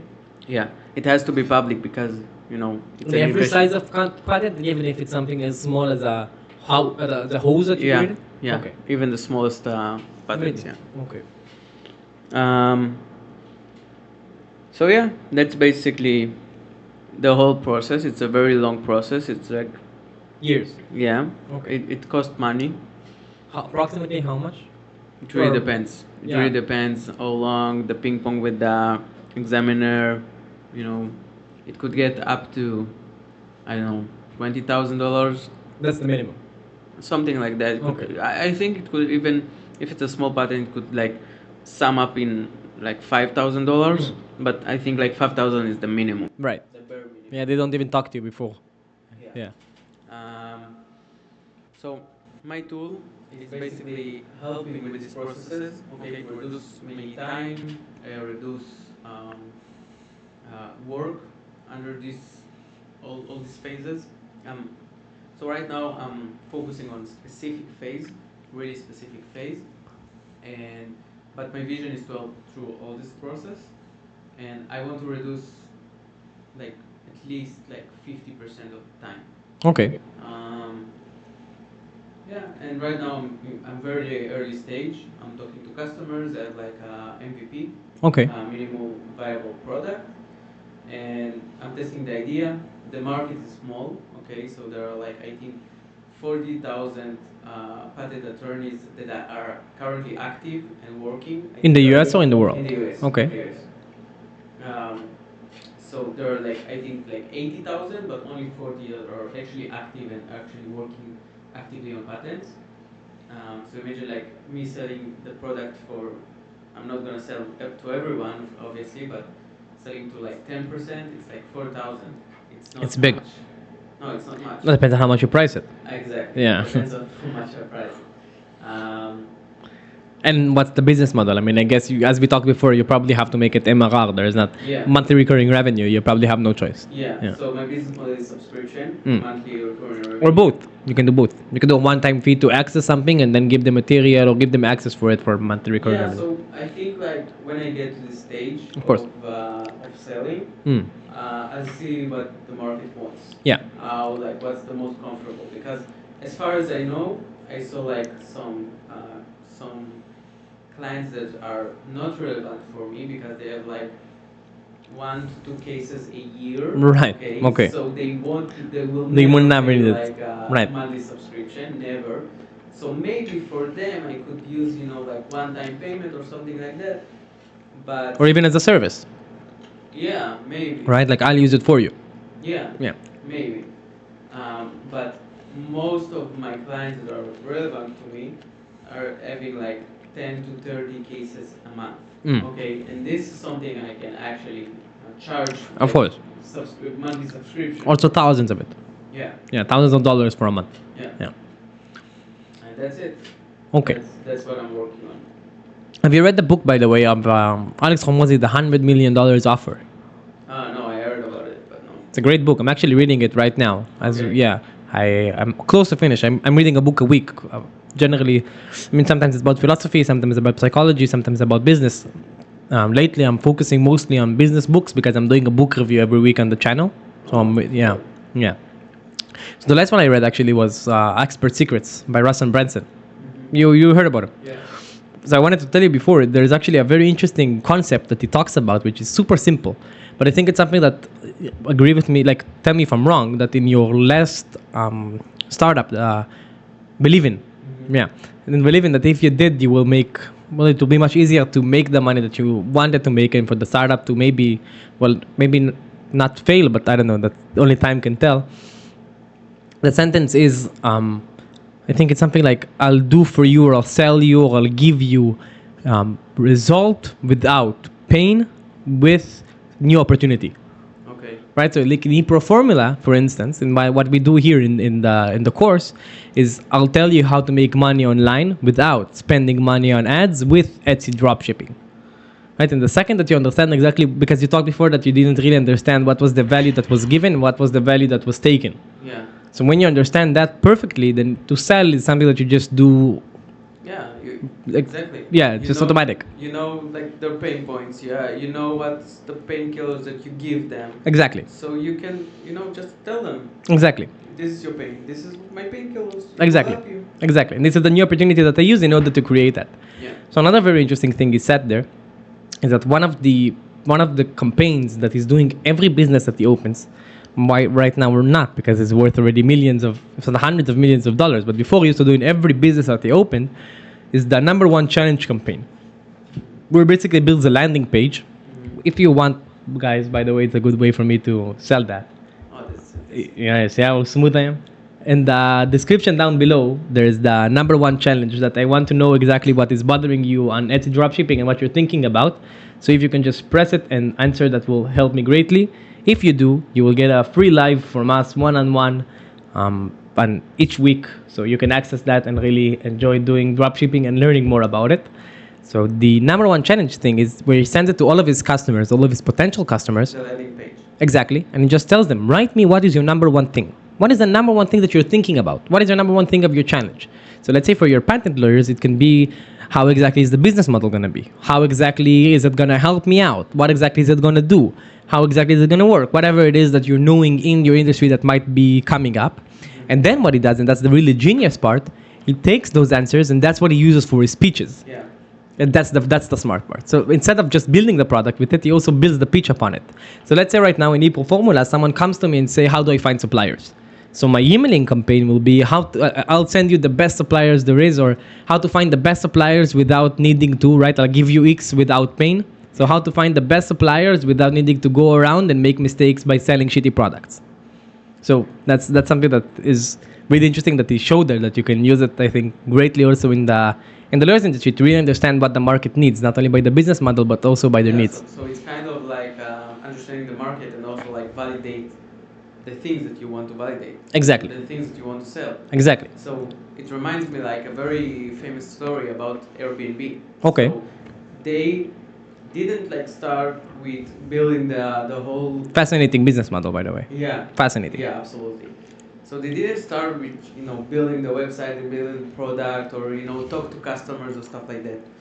They just it's two guys that was in a dorm, okay, and they saw that there's a conference in town and all hotels went out of availability and people were asking like where can we stay? So they just rent their bed, Right. their bed in their dorm, Okay. okay, to people. Okay, they just posted online. This is like our bed. It's like 100 whatever $50 $100 A night? and people took it because there's no availability in town. Right. There's a demand. Yeah, exactly. No supply. Oh, exactly. And then they start noticing like there's a problem, right? There's a problem because like hotels running out of space when there's like conferences in small towns, right? So they started to do landing pages. Okay. Yeah, landing pages of places where there are like conferences, okay, and they just rented places and re-rented it to people that came through the landing page. And only by time of conferences. Yeah. Okay. So what I'm trying to say is basically they validate the problem, they validate the idea just by using like very like low resources. What is like building a landing page? Like it's nothing, right? Fix a day. Like what is like renting a small place for a few Nothing. days, just to make sure that your idea actually works. Like worst case scenario, you will lose some, few dollars, right? So they validated the idea and they got into something, okay? But they didn't like immediately succeed, right? It took them some time. So they built up the product and like it wasn't like immediately working out. But what I'm trying to say is like it's not easy, but as long as you keep going and actually listen to your market and your audience and the problem itself, you can always adjust. You need to be passionate about the things that you solve. Yeah. Which is also something that you talked about last time, that you saw that when the company started to decay, the company started to going down, and the people wasn't as interested as you thought they will be, or the investors wasn't interested as you thought they will be. Instead of pivoting and really understand what the market needs and go there, you just decided to say, okay, it's gonna work, or you're just gonna keep going how as it is because you already built it, and then it just just fallen apart because you haven't go what the market needs. Yeah. Right? Yeah. So Oh. in that case, I had like two other partners, Mm. right? Two other founders that made decision with me. Okay. We made decision together. So from my point of view, I think like we couldn't like keep going with this like together. Um, Personally, myself, I wasn't that passionate about the idea Okay. or the problem. Like, I wouldn't say if I were there alone, I would continue. But if I'm alone with something and I'm passionate about it, I will keep going. You know, as long as it takes, pivoting if needed. But as long as I'm passionate and I have like a mission, you know, something that I want to make it work. You know. Right now in your current business, are you as passionate as you're talking about? Yeah, I mean, it started like, you know, regular idea, something that, you know, I had before. Mm. I have lots of ideas all the time. But once I started working on that and talking to customers and reading like some posts, people talk about. Uh, I'm, I'm, I'm working specifically on a niche called office section. Okay. So I saw like patent attorneys talk about office section and the problem that it takes like 40 hours to work on a single office section. Um, it made me realize that there's actually a problem to solve here, and it feels like a challenge. And Right. I want to make it work. Mm. Yeah. Okay. So right now you say that because I didn't really quite gather is the passion that you were talking about that you will pivot no matter what. Because from what I understand, before you saw the potential in the market, you saw that it's something profitable, the X business, the believe in. Yeah. You saw that it's something profitable, something that can work, something that can make you money, something that will get you to the place that you want financially wise. You were just not as passionate as you would want to be when something goes the wrong way, but that you will keep continuing no matter what you have currently. What's the name of it, by the way? Novelty. Novelty. Right now, that's a great. Yeah. Thank Right you. now in novelty. You know the domain novelty.com No. cost like almost 1 million shekel, I think. Wow. Yeah. And what did you do? I don't know. Maybe I'll buy it someday. Maybe Really? further. Yeah. You think? Just for the idea of having .com, is that important? No, it's not that important actually. Okay. Yeah. So what's you have a domain? No, not yet. Interesting. I'm using just I have this business of mine, like I'm doing freelance. Okay. So I have like this domain Mindware Ventures. Okay. So when I present it to customers, Where are you hosting your site? GitHub?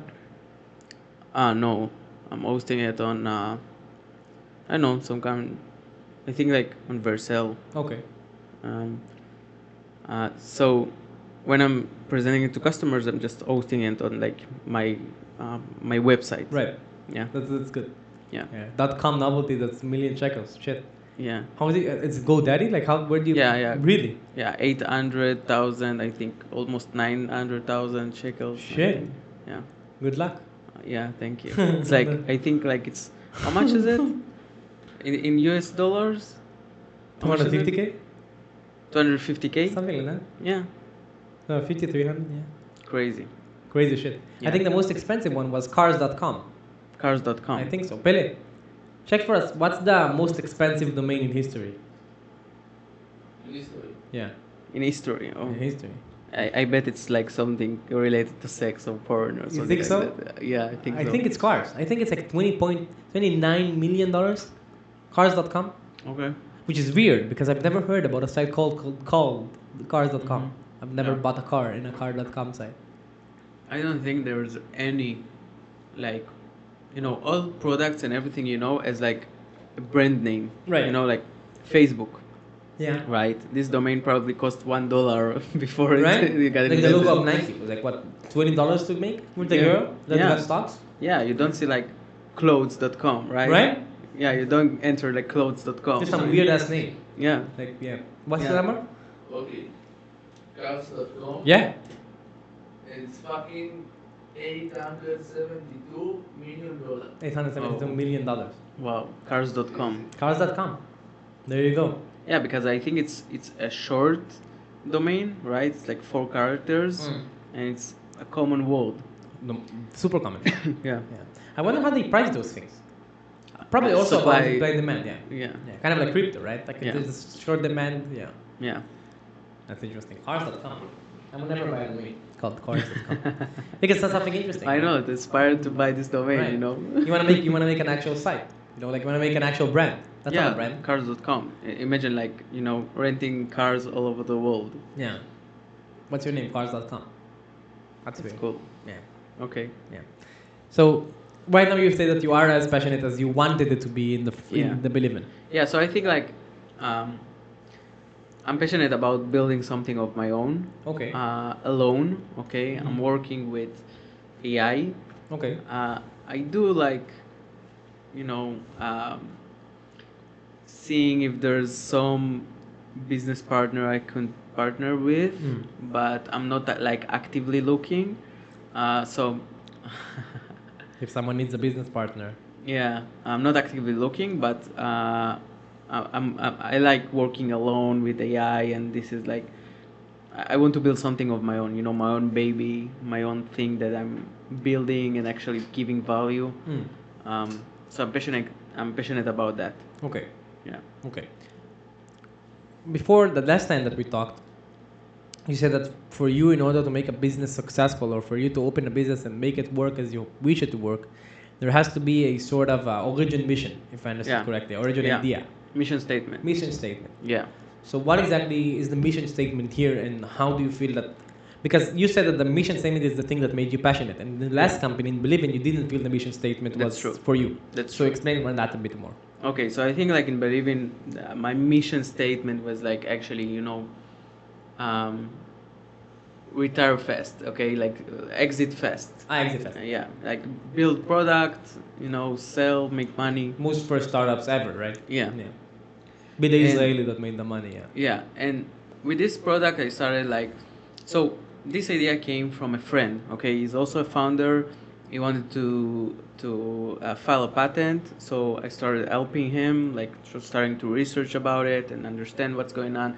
Um, it was very interesting, and I saw like, okay, this is like a business opportunity. Maybe I can build something that can help with the process. So, as I dig deeper and deeper, and I saw like mostly on Reddit.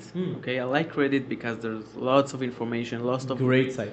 yeah, lots of feedback from people Definitely. sharing their experiences. So there's Also like X, but just less toxic. yeah. Yeah. So there's like a subreddit called patent law. Mm. Okay, so there's some people talked about you know um, the problems with filing a patent and everything, Okay. and lots of things that I saw is like burnout. Okay, so Okay. people actually patent attorneys actually faced burnout. Okay, there was like, I'm exhausting, I can't keep doing this anymore, I feel no meaning, Wow. stuff like that. So burnout mostly happen when you do like repetitive work, when you work without acknowledgement, without like getting acknowledge that you work hard. And it happens in tech industry, it happens in like law firms. um, and when I saw that, I was like very related to that, because me myself, I experienced burnout when Okay. I worked like in the past company that I work in. And I know what it feels like. And when I saw that, it like the minute I understand that there's a burnout in this industry, I was like, okay, so my product could help actually reduce time and repetitive work, and this time can be put in other stuff for these people. Like they can put it like more time with, I don't know, with things that they love to do with their kids. Maybe they'll even use this time for more work. Right. Okay, but that's not up to you anymore. yeah, it's not up to me, but also like, who said that more work means more burnout? That's you true. know so there's like work you love to do, Right. and there's like repetitive boring work that like keeps you like, oh shit, I need to do that, I need Yeah. to do that, and I don't want to do it. Right. I don't get valued for doing this work, but I have to do it. So you know so I think like my product could help in some way for burnout. Okay, so this is like my mission statement. Okay. Okay, aside from money and revenue and building a product, I think like when I have this in mind, something that's I'm related to Personally. personally, yeah. I have like a mission. I have like something to work for, something that I can actually help other people, something that I experienced myself, and I wish like I had the tools or help when I experienced it. Right. Yeah. We talked about it also last time about the whole idea of burnout and how exactly does it feel to be burnt out. And Yeah. why is it that you find important your mission statement even like the reason that you opened your business is in order to help other people to prevent burnout or at least to decrease burnout. As business owners and as ultra achievers, there is just part of our lives. I mean, Yeah. I think we've experienced, all of us, no matter how old you are, burnout in one point of our lives. I think as an Israeli, you experience burnout as the simple idea of you living in a country like Israel. Yeah. Right? Because it's just all the time struggle upon struggle upon struggle upon struggle. It just doesn't end. You're always fighting, no matter how much money you make. It's just a fight upon a fight upon a fight. And I want to understand exactly, first of all, what is the key difference from what you see? I mean, you're not a psychologist or a psychiatrist, but from what you understand, from what you experience, between burnout and depression, or between burnout and just lack of willing to work or laziness, and why is it that you find burnout so effectively, like so important for you to fix, and also what are the actual symptoms of burnout? If it's too many questions in one time, I'll Yeah. Okay. So I'll start. Like I don't know if it will answer all these questions. Sure. But I'll start like, telling my story. Okay. Okay. So I learned to code by myself. Okay, when I was 12. Okay, I never did like I didn't go to the university. I never did a degree like a bachelor degree. I didn't like actually studied. In a proper place. Okay. Is there a professional course? No. Okay. So I just used YouTube, Udemy. I didn't pay much to study. I What is play- not much? Huh? How much is not much? Like 10,000 pesos. Okay, yeah, Something like that. $100, $200. Yeah, something like that on Udemy. Yeah. Okay, I think like I paid for like 5 courses during whole my life. Right. And other things that I learned by myself. Like this is the profession, right? When you write code, you just You write code. yeah, exactly. You learn all the time. Yeah. All the time there are new things. All the time. Today with AI, you can basically let the AI write code. Right. I use it. Yeah. Yeah, vibe coding. Yeah, vibe coding, right. You do need to learn, and you do, like need to know things. Definitely will be easier for you. Yeah, Yeah. yeah. So vibe coding, I think, in my opinion, it's like a romantic idea. Okay, Right, If exactly. someone who can write prompt and build like a $1 million No. product. It's a romantic idea, but Right. it's not like practical. No, you can build landing pages. You can build even regular sites. Even e-commerce is a bit complex if you have no knowledge whatsoever. Yeah. So I like I learned by myself. Okay. Okay. And after the IDF serving, when I got released. Where did you serve? Huh? Where did you serve? In the Navy. Okay. Yeah. I served for like 2 and something years in the Navy. And I got released and I started working for this company. It's a Fortune 500 company, which is like publicly traded.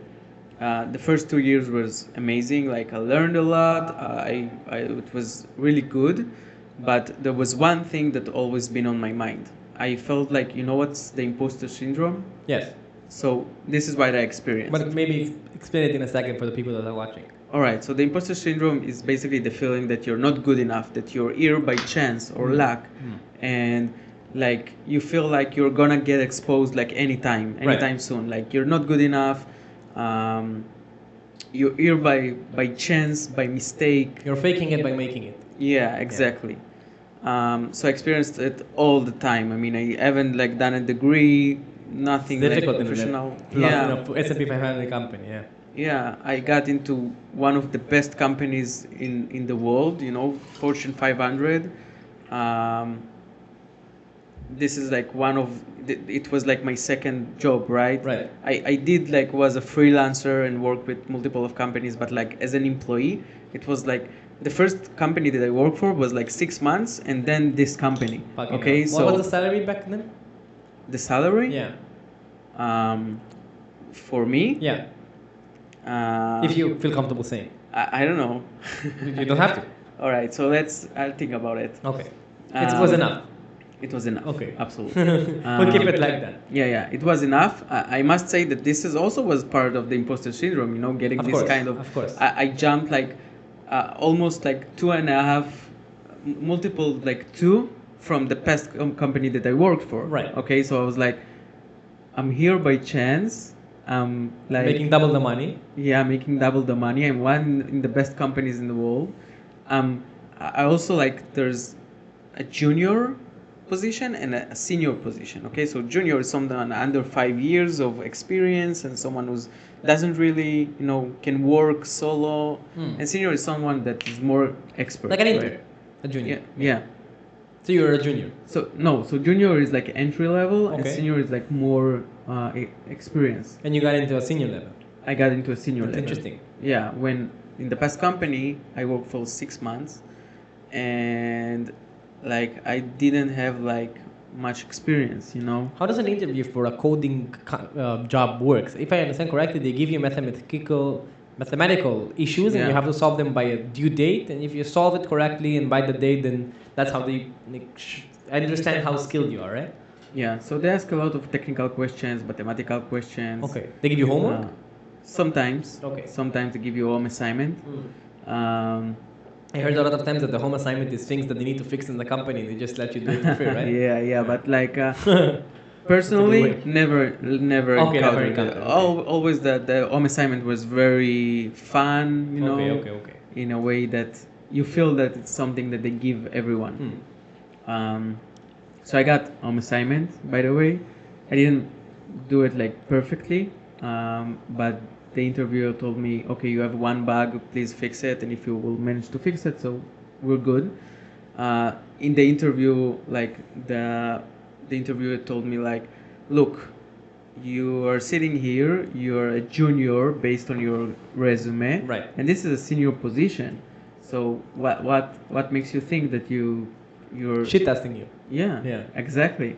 So I was like, yeah, I think like this is a good thing for you because you can shape me as as you can. Good you know? salesman. Yeah. Yeah, there you go. So I was like, okay, this is my only thing That's the only thing that comes up on and mind. it actually worked. Because it's a good thing It to actually say. worked. It was very surprised. Like, it was very surprised. It was like, okay, that this is a good answer. Yeah. yeah.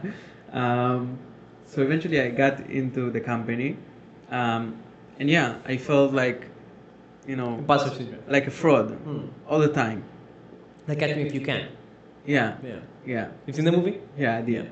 Not really like Catch Me If You Can because he's doing it. Of course, like, he's faking it for real. Yeah. Yeah. And also, like, he's very confident, right? Yes. You weren't as confident as No, okay, not at all. okay. Not at all. I was always scared. I was always anxious. Imagine for Okay. 3 years. Okay, Okay. 3 years. Every day you were like, they're gonna fire me. They're gonna know I'm not a senior. Yeah. Okay. Yeah. I took a lot of responsibility on myself. I got a lot of responsibility. You manage teams. Yeah. So at the Or first projects. at the first 2 years. No, sorry. The first year, I was part of a big team. Okay. And I felt really like a fraud. Okay. But there was it was a big team, so it's okay. I mean, Yeah, you're part of a Korg. yeah, You're a Korg of a machine when you're a fraud. I'm just like a coil in the machine. Korg in the machine. Yeah. But after like the first year, I mean one person from my previous team and I just opened a new team. Oh shit. Okay, so like it's a team leader, which is this guy, Right? and me. Okay, Your deputy. yeah. Yeah. So I'm like, yeah, deputy. So yeah. So And that's already scary. Yeah. Because now you're in the front line. Yeah, exactly. Yeah. I was in the front line, and when people joined the team, I needed to onboard them, and like so there was a lot of responsibility. And at some point, after 2.5 years, feeling this, being fraud, imposter syndrome, got me into a place that I started to feel burned out. I didn't get acknowledged for the work that I did. Um, it was very like taken in granted that what I do is what I need to do, and eventually after 3 years I left. Okay. Okay, because I got so burned out that I like couldn't. Do you think your burnt out got from the idea that you always felt like an imposter and you couldn't handle it anymore? Or Yeah, did- I think it has a part of that. Yeah. Okay. Yeah. So I think it's not. It's like always being scared that your girlfriend will cheat on you. So I think burnout, okay, is because of long time stress, okay? Okay. And I think the stress. So it's a slow cooking process. Exactly. Okay. And I think the stress built during feeling the imposter syndrome, okay? In your case. In my case, Okay. yeah, in my case.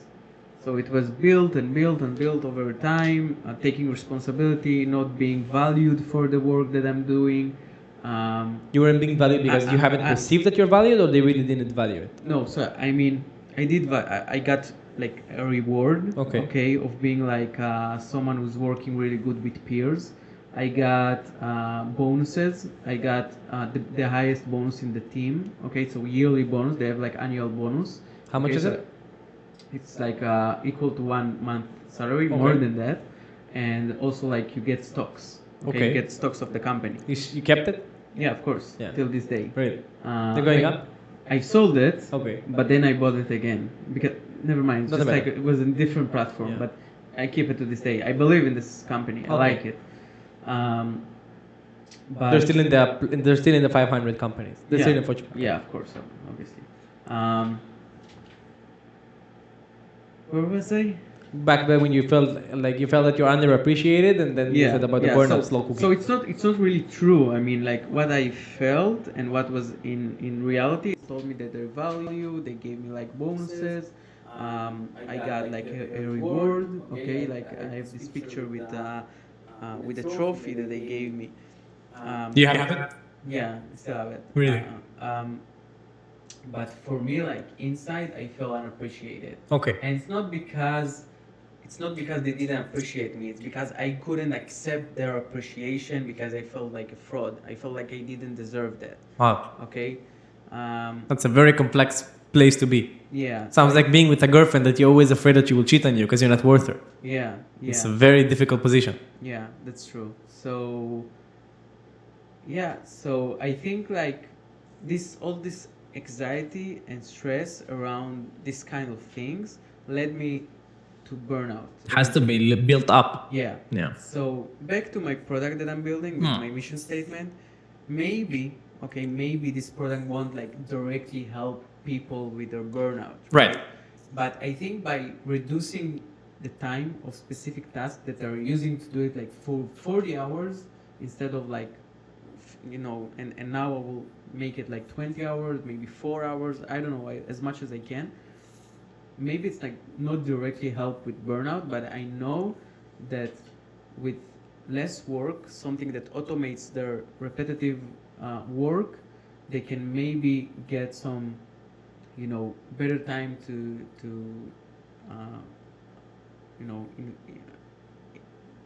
think about their life, inflect about their life. I don't know. Yeah. They will get Less more friction. time. Yeah, they will get more time. They will get like less stress, less friction. I really hope that like this could help. And also like with this mission statement, maybe I could adjust the product with time. Right. To be more. Of course. More.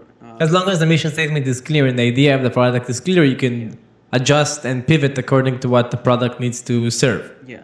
What- I must say that my mission statement is talking about pain, a true pain. It is. Right?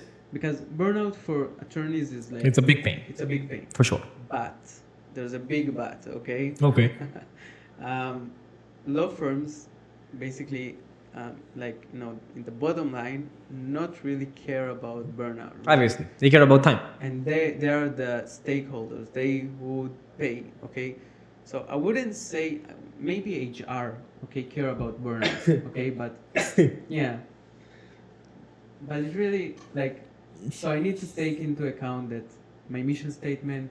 It's for you, not for the marketing. Yeah. Right. It's for me, not for the marketing. Also, I have to see that it doesn't conflict with the main goal of the business, which is Save time. revenue and Yeah. make money. That's also something that's actually something interesting. I wanted to ask a different question, but I'll go with this one. Okay. A lot of businesses, especially right now where I'm, like as you go along with business, you learn more. I mean, it's also about experience, about knowledge, about getting more and more content into your system. I see tons of content creators. We're talking about automations. We've probably heard about it. N8N, Make.com, even ChatGPT is having an automation right now. Yeah. And all of those ideas of those automations is to basically save you time because they're creating processes that you can do manually by saving time. Yeah. Right? N8N. N8N, yeah. So those platforms are great. I use them myself on a few products that we're doing. I'm using it for my emailing system. I'm using it for really understanding where the customer is standing inside of my funnel to direct him to the right emailing funnel, whatever it is. Mm-hmm. When a person tries to sell an N8N automation or a Make.com automation or a Zapier or whatever it is, the issue with that is that the main thing that it does, it saves them time. Right. But the problem is that time does not equal money, That's true. right? So It equals money if you're like full-time employee. exactly. Not always. Exactly, right? Yeah. Because the business owner, the only thing that he wants more money. Right. Save me time, great. Make me money. What can you get me that right now I will make money tomorrow morning with? If it saves me time, that's great. But that's not how it proves me. How can I make actual money out of it? So the one thing that I'm thinking with you, maybe, because it's not your stage yet. Maybe it's not something that you're even thinking about. No, it's okay. Thank you. If it's not something you're even thinking about, how can you market your business and sell your business not as something that will save them time, but as something that will increase the revenue that they're providing with? Because that's what they will buy in the end. That's a very good question because patent attorneys, they charge by the hour, right? Okay. They're like billing hours. Okay. So you're even, okay. Yeah, so if they charge for 40 hours and now it takes them 4 hours, Okay. they're losing money, right? Right. So it's a very good question, okay? But I think that I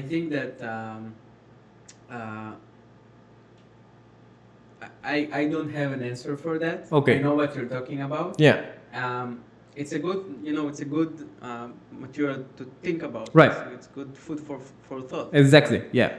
So I think about it. You should read $100 million offers. I told about it before. I think it will really help out when you adjust the offer. I think it will give you a very good idea because I read it. yeah, because Hormozi, for me, he has the best idea about sales upon Yeah, he has the domain acquisition. acquisition.com. Yeah. Yeah. For me, it's the best one. Because for me, what he does is that he's like Don Corleone. He's giving you an offer you cannot refuse. Yeah. That's the idea. Yeah. Sales are great. How do you say it in English? Persuasion is great. Yeah. If you're a good persuader, you will make a lot of money. Donald Trump and Grant Cardone and Jordan Belfort made shit tons of money back in their time. Yeah. But the greatest offer will surpass every good acquisition and every good convincing skills you will ever have. The offer is everything. If the offer is something that the person cannot refuse, your persuading skills are nothing. There's no need. Yeah. You usually persuade something when it's not good enough that you need to convince the other side that he needs it. Exactly. Right? So if the offer... If you have something that actually has very good value, you don't need to convince. Exactly. Right? Because the person will just take it. You just snatch it out of you. Yeah. There's a good, I don't think if it's a good example, because I think it's actually like not very good example. You're still but going to tell it. You know the Wolf of Wall Street, right? Right. So you have like this, sell me this pen. Yeah. And like write your name. And Right. there's this like, so it's like a kind of good but not very good example of, when you need a product. Right. Okay? Yeah. Like you said with the one with the Airbnb. That's a great example. Yeah. Right? Because like you said in the beginning with the seminars, no one will pay $100 if the seminar wasn't filling up all the hotels. Right. If there's an hotel for $100 and a room in a dorm for $100, nobody will pay $100 for a room in the dorm. But the hotels was like out of availability. Exactly. Yeah. Exactly. By the way, the sell me this pen trick is actually nice. I use it also on my sales teams when I hired sales team. The sell me this pen. What do you mean? The sell me this pen trick where Johnny sell me Belfort. this pen, Yeah, yeah. when I used to hire a sales team for the sales company that I managed, Yeah. I used to do the same. But what did you get? Like, what's your best example? Oh, it's all the same. Everybody says the same. Everybody are bad. What will you say? If I'll tell you send me this pen, what would you say? I don't know. I'm not a salesman. Try. Just take out of your mind. What is the first thing that comes up? Do you need a pen? Great. That's perfect question. Okay. Perfect. If you don't need a pen, I don't have anything to sell you. That's perfect. And you learned it from Jordan Belfort, right? I'm not sure. Okay. But like it makes sense, you know. That's the best answer you can. Not the best, but one of the best answers that you can answer. Most people, what will they do? They try to shove it to you. This is the best pen you'll ever write with. It's 50% discount today. This is the pen that was written by Neil Armstrong in the moon. Try to fuck your brains with. Yeah. What I always do when someone is telling me, sell me something, it doesn't matter what it is, because sometimes I do it in bar tricks when I tell a woman I'm a salesman. Before I had a girlfriend, I say I'm a salesman, then they say sell me something, and they send me this beer. So the first thing I do when someone tells me to sell something is, well, I'm not quite sure you even need that beer. Why will you think that you will want to buy it? Yeah. And then they start convincing themselves. So for me, that's the best answer. But that's just Yeah. Actually, like the customer sells himself. exactly right. Yeah. Like I don't know, why do you even need that bit? You feel like you need it? So You know, I think like people react, when they can't get something. exactly. So they want it more. I mean, look at Louis Vuitton. Yeah. Look at Hermes. Look at Gucci. Look at Dior. They all work the same. Yeah. Right? There's so little supply of what they sell, even though that it's in Yeah. Let's massive take, stocks. Let's take Louis Vuitton. If you take out the brand, Right. sell it for $1, probably people just walk by and won't take this Easily. bag, Like, what is this shit? Yeah. Easily. Exactly. Yeah. Exactly. Yeah. Even if you put the brand and you sell it for $1, people will still not buy It's it. fake. It's They will fake. say it's fake. Exactly. So also being there's a great sentence that it doesn't help to be the second cheapest. Yeah. It doesn't serve you with anything. Yeah. Being the second cheapest is shit. Either be the cheapest or be the most expensive. Anything in between, you're fucked. Yeah. Right? That's interesting. Yeah. Like for my product, I must say that I'm trying to be the cheapest. Okay. Why? Because my competitors are very expensive. Okay. Okay, and I actually can give like a very cheap price because I know how to make, software really cheap. Okay. Okay, so this is interesting. But if I will manage to get to bring really good value to the table more than my competitors, I will probably go to the highest. Yeah. There's one big issue with being the cheapest. Market optimal to order to optimal the market, and that's exactly why capitalism crashes every now and then. The whole idea of capitalism and the whole idea of the market is that it always needs to be the consumer and the person that sells it worth for. When the market is optimized, when the market is at its peak state, for theoretically speaking about economics, is when the product and the value that is being sold for are almost equal. Right? When the product is as cheap as possible to the consumer to get in order to get mass volume. When Walmart and what's the name of the other guys? Costco. When Walmart and Costco and all of those huge brands of selling commerce are working with, they're working on margins of 2%, 3%, 4%, and working a shit profit margins. And all they do is they go with a race to the downhill. The only way for them to make more money is to sell more because they cannot make their prices higher because otherwise they have no intrinsic value that they give upon others. Yeah. That's why Costco, by the way, have a genius business model because they're losing money on their products, but they're making money on their subscriptions. Because in order to buy in Costco, you have to pay subscription. Yeah. Also in Landers, here in the you have Philippines. this card, right? Exactly. Also in Landers, here in the Philippines, their products are very cheap compared to other places, but you have to pay a subscription every year to be part of the people that can even pay for Landers. This is why you can get I think this is why you can get landers from Grab. Really? Yeah, I think Grab so. has some, yeah? No, I tried to get some. I was looking for sesame seeds Yeah? the other day, and I couldn't find landers in the list of Grab. Really? It's actually right here. Oh, really? Yeah, it's right up the it's ex- it's like 1.5 kilometers from my place.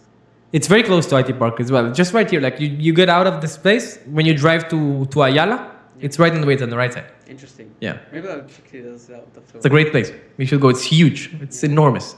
You have everything there. You have really good meat there as well. If you eat a lot of meat, great meat, like Brazilian meat, really good stuff. Okay. So anyway, yeah, the market has like the going down race is not something that you want to be for. And the best part is to really give the biggest value that you can possibly give. And yeah, you should read the book. It's a great book. The $100 million offer. I'll take a recommendation afterwards. Yeah, that's a great book. So going back to the idea of the burnout, and then we'll finish because I see you look at your watch. Yeah. Yeah. All right. I have a lot to talk about, right? For sure. Yeah. Time is on the line. I understand. All of us have things to do. Yeah. What exactly are the symptoms of burnout? What does it exactly feel like? Explain to us. What does it mean? So, it's a good question. The symptoms are basically feeling exhausted, feeling Okay. like you have no meaning. You don't have anything to wake up in the morning to. Okay.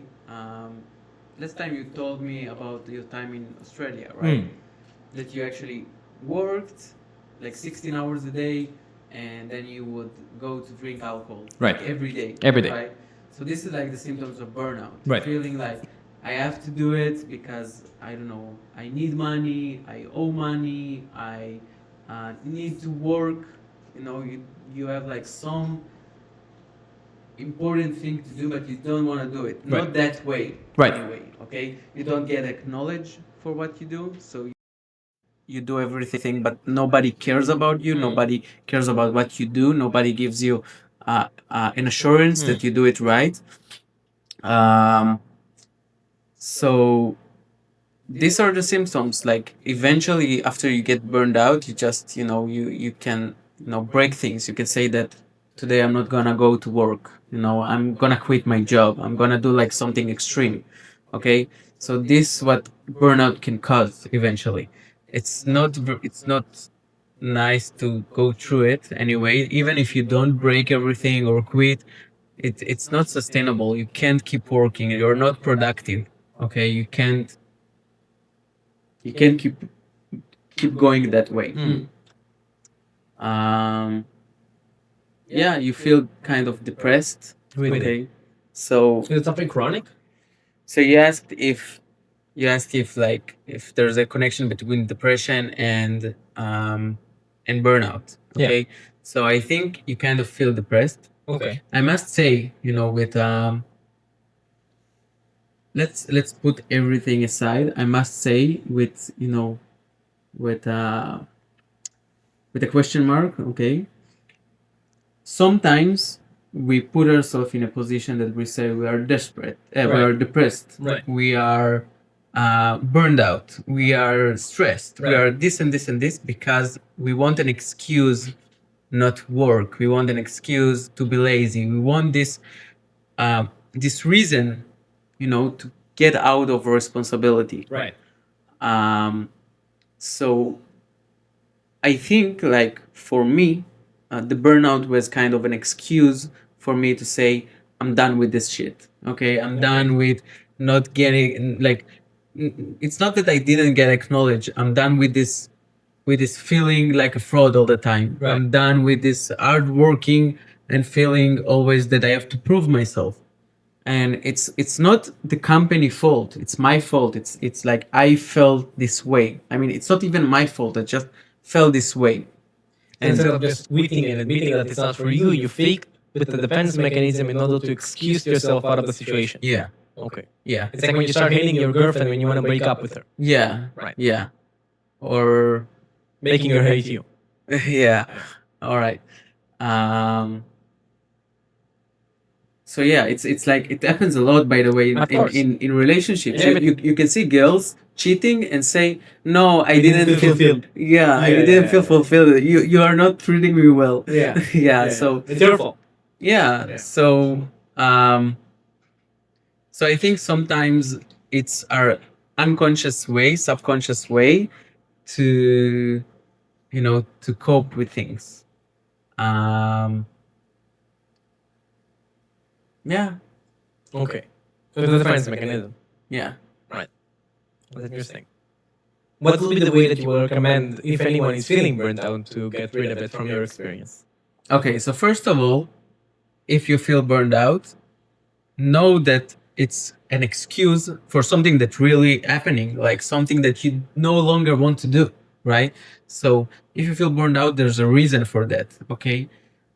It's not like that you choose to be that way just because you want to get out of responsibility. Okay, maybe it's the case. Ask yourself if this Right. is the case, but it's not, just out of the blue. Okay, Right. there's a reason. Okay, Right. ask yourself what's the reason. Right. Um, there are lots of information online about how to handle burnout. It's become kind of a buzzword, wasn't it? Yeah, Yeah. Buzzword for shrinks and for progressive people. for a lot of things. Yeah. Yeah. So you can like talk with ChatGPT, research online, go to YouTube, stuff like that. But what helped me the most is like take a break. A breath. Take a break. Okay, take one break of from everything. From everything you do at work, from your relationship. Just take a moment for yourself Okay. to actually like look inside and understand what you really want. What's what they said, like reflect on your life. Right. Reflect. Yeah. Yeah. So just you know look around and ask yourself like what I'm not satisfied with in my life. Right. Okay. What I understand, like the most helpful all the time. This is like that. It applies to everyone. Okay, if you feel meaningless, burned out, depressed, whatever, if you're not feeling good in life, okay, the first thing you need to do, as a man especially, go to the gym. Okay, Okay. go to the basics. I'm serious. Right. Go to the basics. Okay, go Leave to the some heavy gym. shit.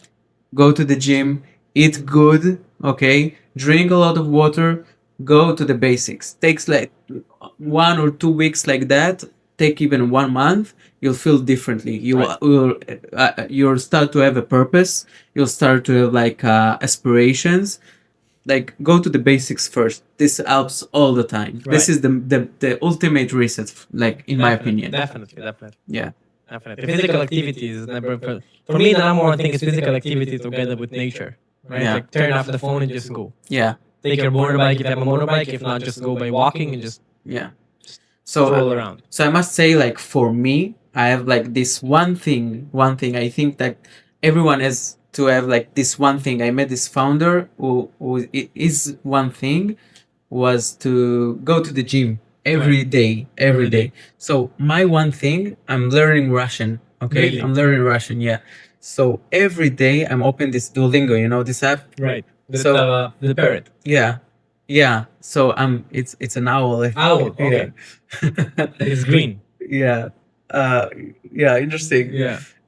So I open this app and I do like 10 minutes, 15 minutes of like learning this language. So now it's Russian. It could be like Portuguese in the future. But I'm doing this one thing that keeps me grounded, even if my day was really bad, even if my day was really busy. This is one ritual you do no matter what. Yeah, no matter what. Like for some people, it could be like meditation. Right, it could be Okay, anything. it could be running. To be writing, to be anything. Anything. Okay, I'm also writing some stuff, but there was one thing.